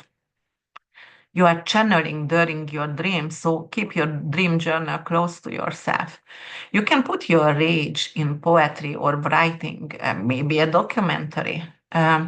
It could be also like um, some kind of I don't know. You've been really, really quiet and polite for a long time. Everybody thought you are a saint, and now right now you are sending out, unleashed the messages in 6 paragraph, like to people, like it's a verbal vomit in emails and in messages, and just picking fight because you're angry and you don't even know why are you angry. You are gaslighting yourself actually. And it could be also writing, speaking, opportunity could definitely appear for you. And I know you're brave enough to hit the sand, that could be an essay, a poem, a pitch, a blog, something to do with a book idea, a TED Talk speech, for example, or you're going to create your own online school, for example. You're willing to actually advocate for others, because you are ready. Libra rising sun and moon is going to happen in your second house. The full moon, earnings, confidence, possession, personal values, and the food you eat. Uranus in your eighth house, Taurus, shed resources, debt, psychological ties and entanglements. And Mars is in your 11th house, Leo, which is groups, networks, social agendas, fame, dreams, political beef, right? So, for example, it could bring in some kind of crisis in values. And are you living someone's else financial dreams, for example? The second house isn't just your wallet, it's your worth, right? As well. And you may suddenly feel actually disgusted with how much or little you are earning, or you realize your career doesn't reflect your ethics and your morals. You might be successful, but it's someone's else version of success. And also, it could be like you burning yourself, and there is. What do I actually really care about? Going to ask yourself, and your soul doesn't care how polished your portfolio is. If your heart is not invested, you are going to get rid of that job, that career. Joint financial source pulls the rug over here, unpredictable moves in other people's money. Uranus in the eighth, lost income, anything to do with investors, backs out, for example, family inheritance drama could come in, anything to do with losing money on stock market, and a lot of money I'm talking about. And it could be also a power shift in financial or sexual relationship, but you need to reclaim your power, right? And secret ambition in your friend group also causes tensions because it is Mars and Leo in your 11th house, and someone in your crew wants to be like Beyonce, jealousy, competition, anything to do with backstabbing, and you could realize actually someone's using your ideas and connections, or somebody is a social, using you as a social ladder and jumping on your social circle, and want to push you out. It's not only they are using you like a social ladder, but eventually they want to push you out. Um, and it is like, what, I'm not a stepping stone. You are fake, and you have to go. You are not sweet to that person anymore. And there could be also some kind of sudden decisions to end a contract and subscription or inheritance as well. Anything to do with legal and financial or psychological entanglement as well could actually come up for you. And could be closing a bank account offshore, or opting out from a business deal, for example, or like you have to actually hire an attorney because there is some kind of estate drama. And the second and eighth house axis is mine versus Earth, and the full moon over here, it's going to say, stop bleeding energy into shared coffins because of, like you keep working and the other one doesn't work at all. So just, be on your own. But it could be also you realize you've been actually underpaid and undervalued, and Scorpio won't let that slide. So you are like, okay, you are not a servant, a grateful servant over here. So the mask is ripped off, and you are like, okay, wait a minute, why is this person getting 20% more than I? And actually, I work for free, and she barely works, So it's time to negotiate actually your rates. Or if they don't give you the raise, then you can quit. And you can also start to build up your brilliance, because the second house, it's also a gift over there, but you can make a money out from it. And then also you can burn the broke martyr over here, like because of if you are always drumming on that, like I'm broke, how can I make money? I'm not worthy enough, like, or I just paying the debts and then I'm gonna get a new loan again because I just paid the bet and the debts and I have nothing to live from. Then you are drumming on the same financial pain over here. So somehow you have to get rid of that. And this full moon is actually asking you to pay off all the debt and have some kind of different belief system with your money and abundance. The way you relate to abundance and money has to change. So you can catch the karma here actually this time, Libra rising. You have to cut the cords and rewrite the rules, and you have gifts and just catch the gifts. Scorpio rising sun and moon, the full moon is in your first house, identity, body, ego, life direction, and Uranus in the seventh house, Taurus, partnership, contract, open enemies, alliances, your YouTube follower, and Mars is in the 10th house, which is career, public life, ambition, reputation, honor, recognition. So personal identity crisis and epic phoenix moment happening for you right now. You've been cracking under pressure, but hiding it well, because this is very classic Scorpionic energy, and this full moon going to bring a question for you. Who even am I? I don't understand it anymore. And you're going to cut toxic relationship. You're going to totally change, ending a long-term role relationship, changing your name, relating your account, or your entire online presence at 3 a.m., just suddenly cutting your hair, dyeing it, like it's going to be very sudden and very eye-opening and eyebrow-raising. So relationship tension also could come in, especially if you were holding back, because Uranus is in your seventh house and has been poking your relationship, a long time already. And maybe your partner is unpredictable or, avoiding to talk to you. And that is going to intensify. And maybe you just outgrow a relationship, and your partner could say, I'm not your therapist, or I'm not your mother, and just do whatever you have to, just make your own decisions. And you can break up during this time. And also a public role in a career status going to get tested because of Mars is in Leo in the 10th house. So anything to do with power moves, status battles, and to see you drama. It could be like, okay, I finish. I'm not doing that anymore, because of an authority could challenge you, and but also it could suddenly ask you to lead or speak or show up in the name of another person, a CEO, and you can become very ambitious and you can become actually a president, a CEO of the company. But you have to be really bold and take on to the opportunity. It could bring in a radical new look for you, a new vibe, definitely a major transformation, physical, tattoo, surgery, hair change, as I said. Emotional also, because of you will need to forgive someone, you know. Otherwise, if you wouldn't, you feel like you cursed forever.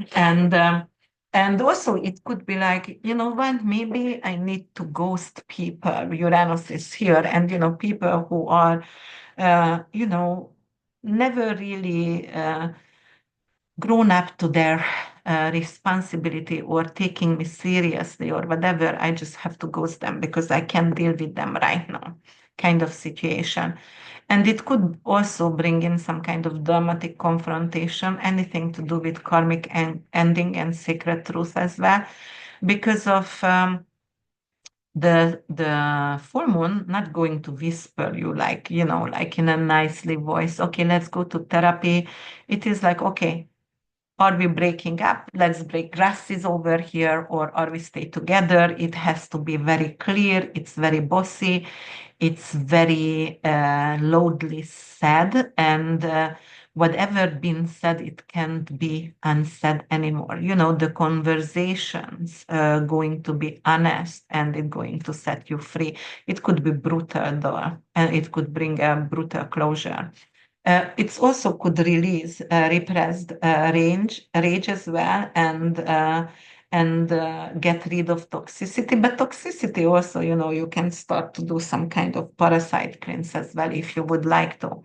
Uh, and You may going to explode publicly because of you are going to grocery shopping or whatever, and somebody is poking you, or you know, get in the car, you know, bump your car, and somehow you start to hit the other car who bumped into you. So careful with that, because there is a lot of suppressed anger over here.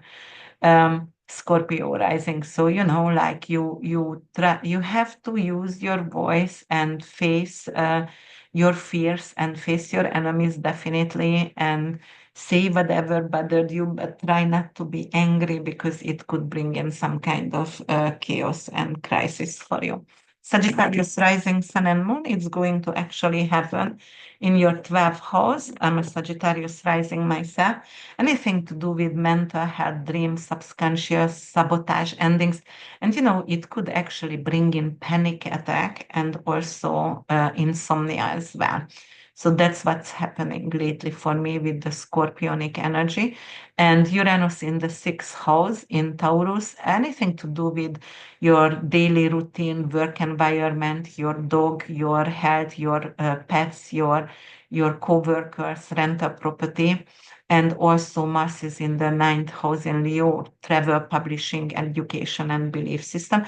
Your belief system definitely could change one day to another. So you wake up and you say, all right, you know what, somebody hurt me over here. I thought I looked up on someone, on a mentor, my priest or whatever, and I heard they were in sex trafficking or whatever, and I don't believe in that religion anymore. Your soul needs a nap, okay, and not a seminar over here. It is wake up crying for no reason energy, right?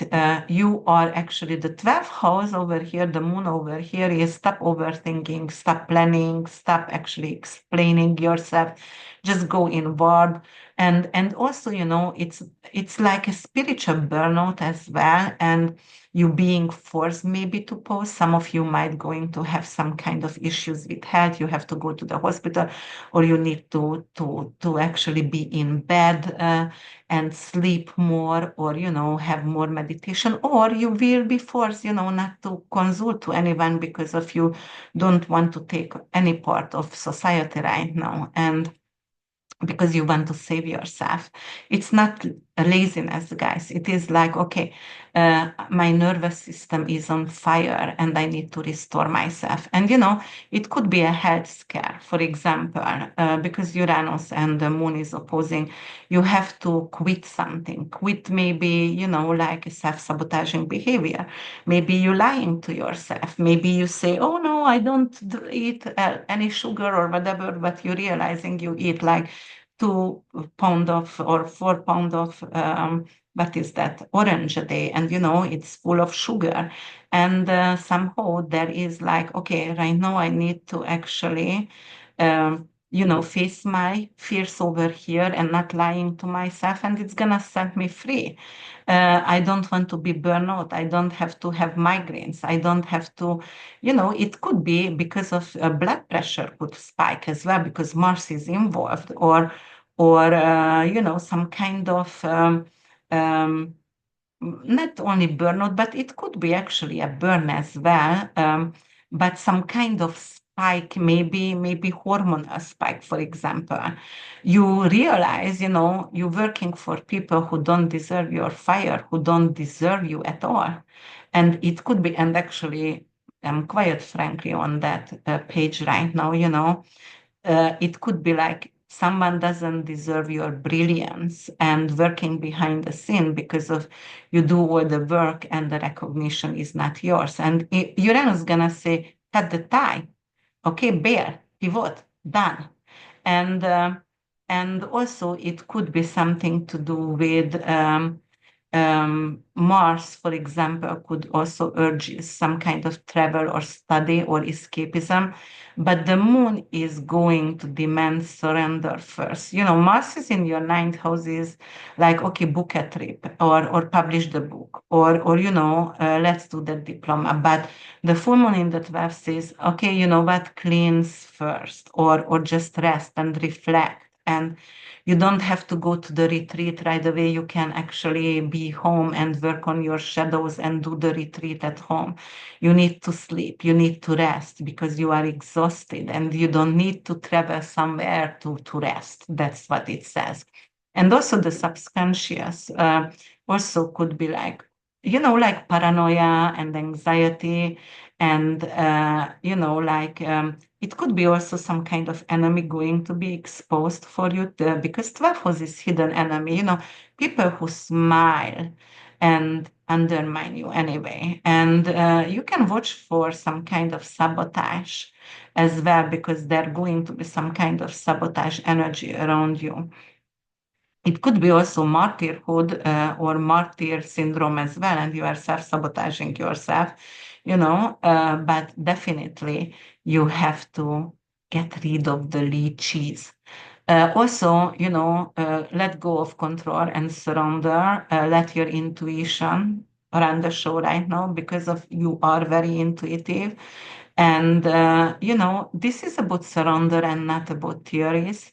Your intuition is screaming, but you've been thinking louder and it is exhausting you. And right now it's time to trust the irrational, the dream, and you also, because of that is Sagittarius we are talking about, and you don't have to be always right. And even if you are right, you don't have to like let everybody know, you were right in a situation. Just let it go. You don't choose your battles, guys, because otherwise it's gonna empty out and it's gonna be hard to realign.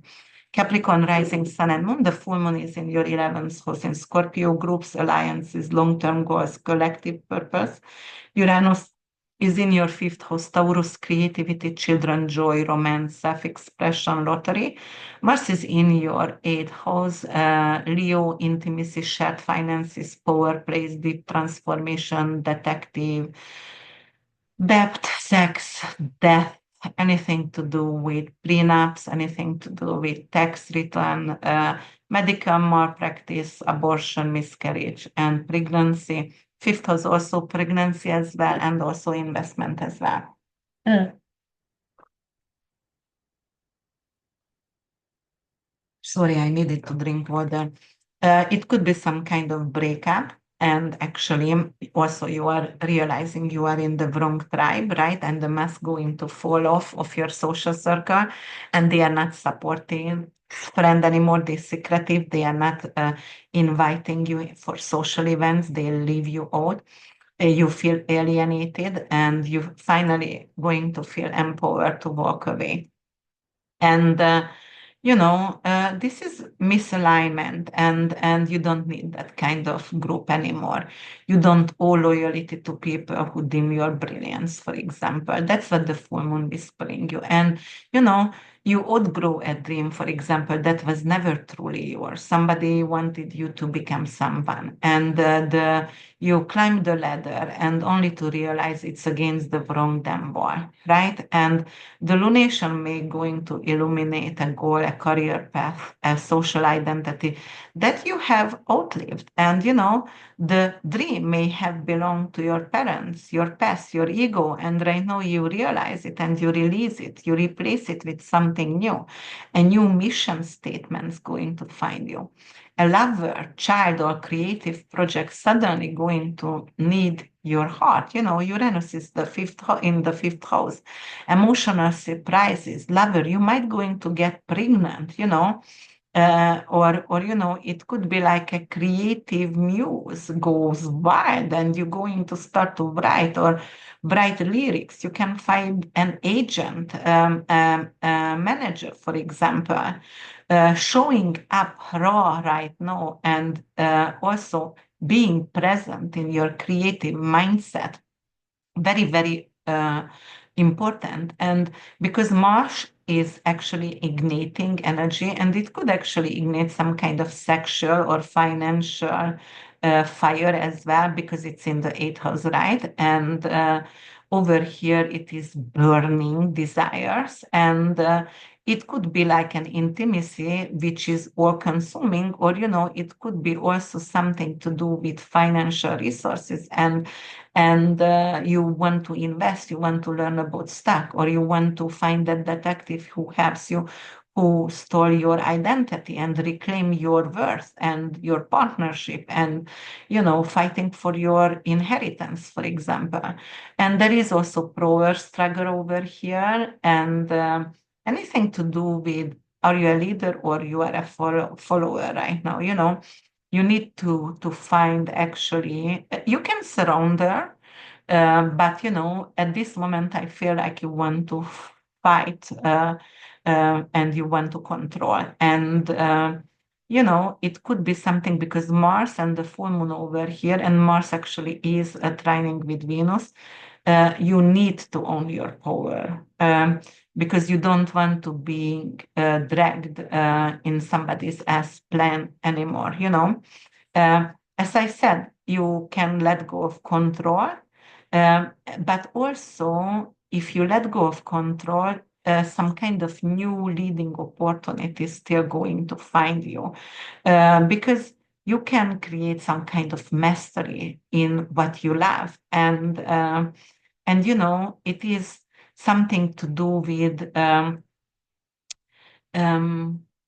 stay open and surrender, but look for new opportunity. It is almost like be an opportunist, and the moment something new is coming to you, you can take on to leadership and you can perfect it, and make it, perfection as well. So definitely that could happen for you. You don't really need more influence, you need more intimacy, for example, and connection. All right, Aquarius, rising sun and moon, full moon going to happen in your 10th house, Scorpio, career, reputation, public or long-term goals. Uranus in the 4th house, in Taurus, home roots, family drama, inner stability. Mars is in the 7th house, Leo, partnership, contracts, commitments, conflict, legal matters. So the public recognition and anything to do with career is going to be under magnifying glasses. Either you can get promoted or fired, or you can be actually interviewed on national TV, okay, or maybe doing a TED talk, or maybe all of it, becoming a CEO, the face of the company you are leading. The lunation actually puts your reputation, your title, your leadership style under an X-ray. And if you've been actually building something real, it's going to show.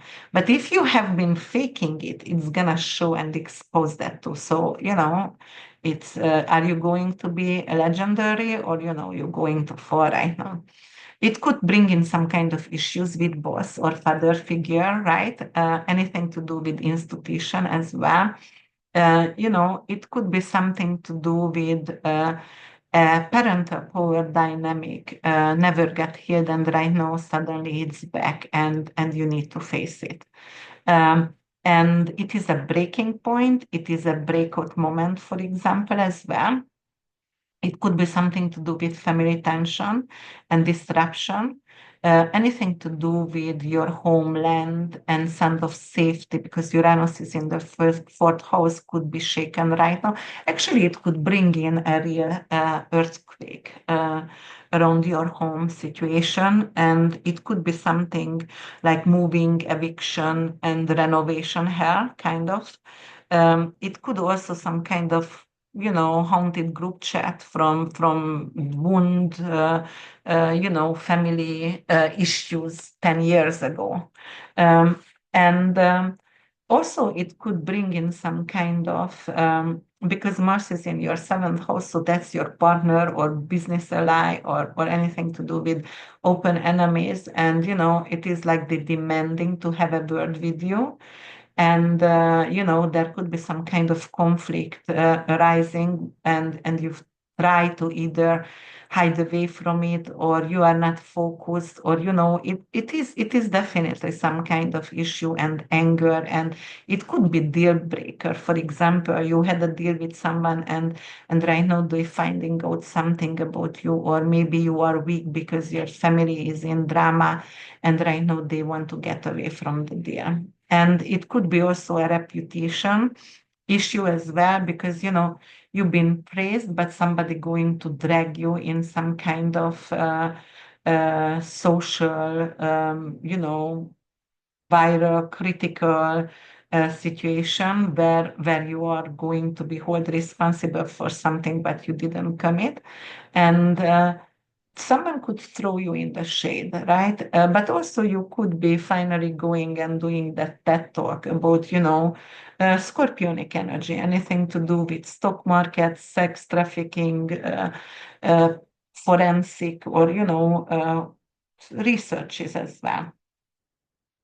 And you might also going to be pushed actually to a leadership position, and you might don't want to have it. It is forced on you. Maybe a family member dies, and you know what I'm thinking about right now, the Godfather, when Michael was forced to become the head of the mafia family because of the father got injured, and the brother got killed. So something what you don't want, but somehow you cannot do anything else just to continue, because it's a family legacy, and it's going to bring in you a completely new life.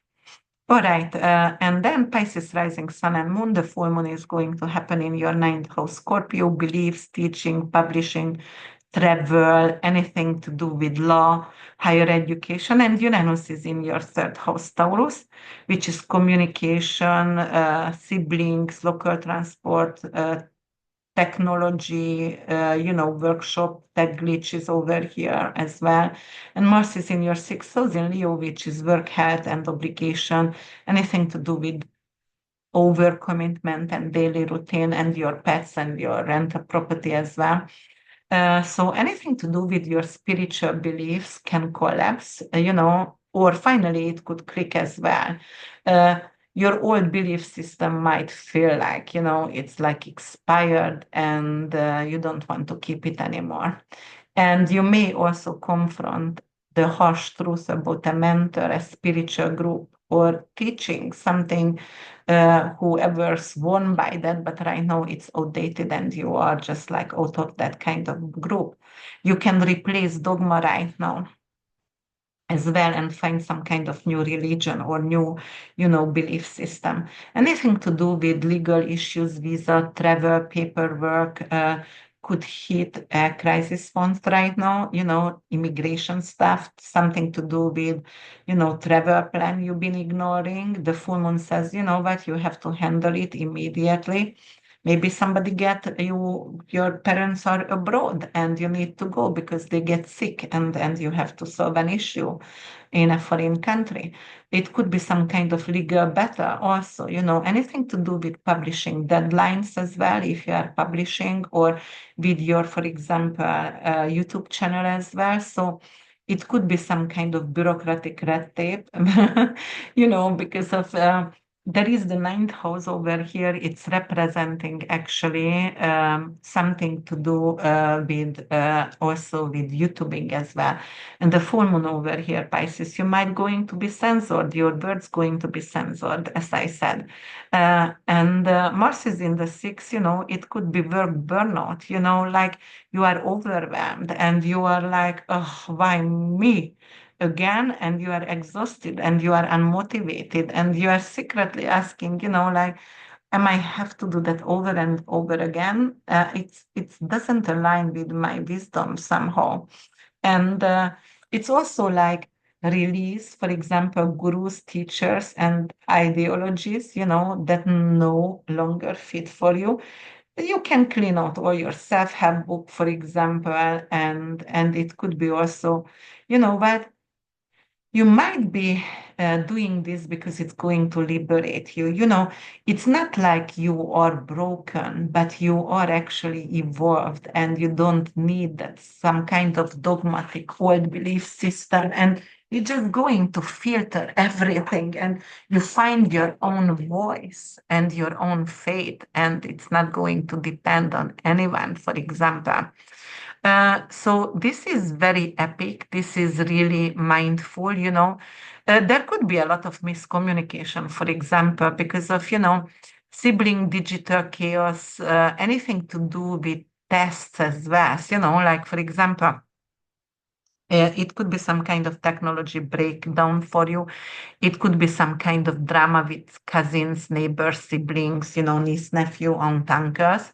And it could be also the miscommunication here could be either very tragic or really hilarious as well. You can have like maybe it's Pluto Mars ruled this, and some of people going to have yes, my aunt, maybe killed herself or things like that. So it could be very tragic and very dramatic as well. Um, but obviously not for everyone, but it could happen. And it could be like the neighbor starts to fight with you somehow because of your dog is barking, or careful with the dog, definitely here. Because Mars is in your six and six houses, your pet, your dog, and Mars is loud and barking over here, and you are proud because Mars is in Leo, and like you don't want to apologize, and the simple apology would actually solve the issue, but you are very proud. Mars is in Leo, very proud, and you are not willing to apologize. But I always say, even for the boys, sometimes we need to apologize, even for the things that we haven't done. Just move forward, and later on, because it's everything is karmic and it's always going to unravel itself. Sooner or later, the truth is coming to surface. So then, like we just actually choosing peace and remember to choose actually peace over here. Yes. All right, guys. So this is the 12 signs over here, and it went very long right now, but I still going to do a meditation for you. And I would like you to find a comfortable place. And anything, like you can sit down or you can lay down and you can close your eyes. You can put some music for yourself, as I always recommend, or many times I just love to actually listen and put the raining and the thunderstorms for myself because it's really relaxing me. And you need to take a deep breath in. Take a deep breath in, and as you exhale, let the noise of the world melt off your shoulders. This is your moment, a sacred pose under a silver sky. Now close your eyes. You are in a place that only your heart knows how to find, where pine trees and palm trees grow side by side, The old world and the new world dancing in divine contradiction just like you. There is no wrong here, just everything coexisting. You walk barefoot. The soil is warm and soft. Fireflies diff like tiny lanterns, but tonight you realize they are fairies. Not the shy ones from bedtime stories, but the wide, glowing little rebels, carving spiral in the air like cosmic puncture marks. You approach your treehouse, nestled in the arms of an ancient oak. Its trunk is wide and wise, your spine leans gently against it. Feel that. It barks against your back. The silent strand that's seen 1,000 full moons and still stands, still shelters, still believes. Far below, the ocean is not just blue, it's alive. Pink dolphins sleep under the rising moon, and a single white rabbit hops from the bushes to sit quietly beside you. No fear, no noise, just presence. There's a glowing cave to your left, carved into the cliffs.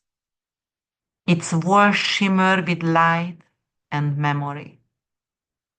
Inside, the stories of your ancestors flicker like candlelight on crystal. They nod back. You nod to them. Breathe. Feel the breeze move through the trees, lifting your hair, whispering through palm fronds and pine needles alike. The holy contradiction of your own soul mirrored in nature. As the sun sets in gold and the moon rises in silver, you feel your body becoming a bridge between worlds. Visualize roots growing from your feet, twisting down deep into the earth.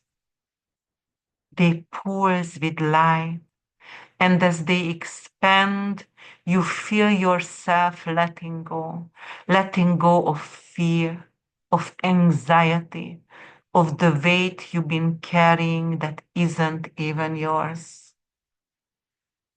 With each breath out, something leaves. With each breath in, something returns.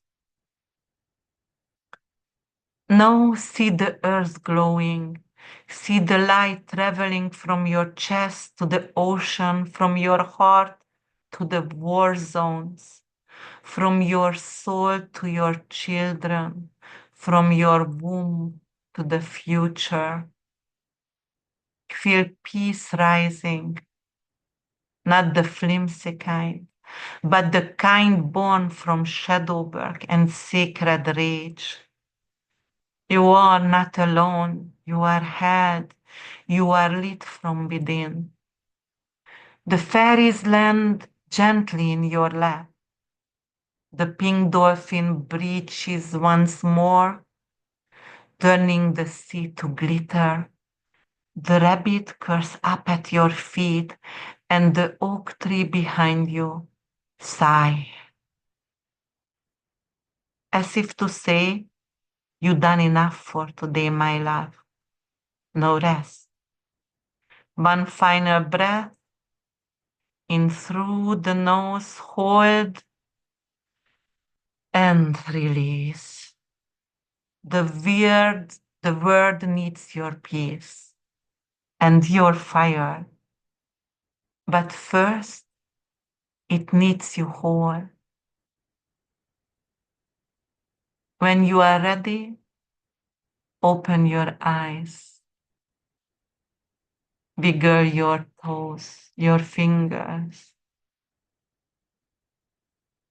You're still here and you are everything at once.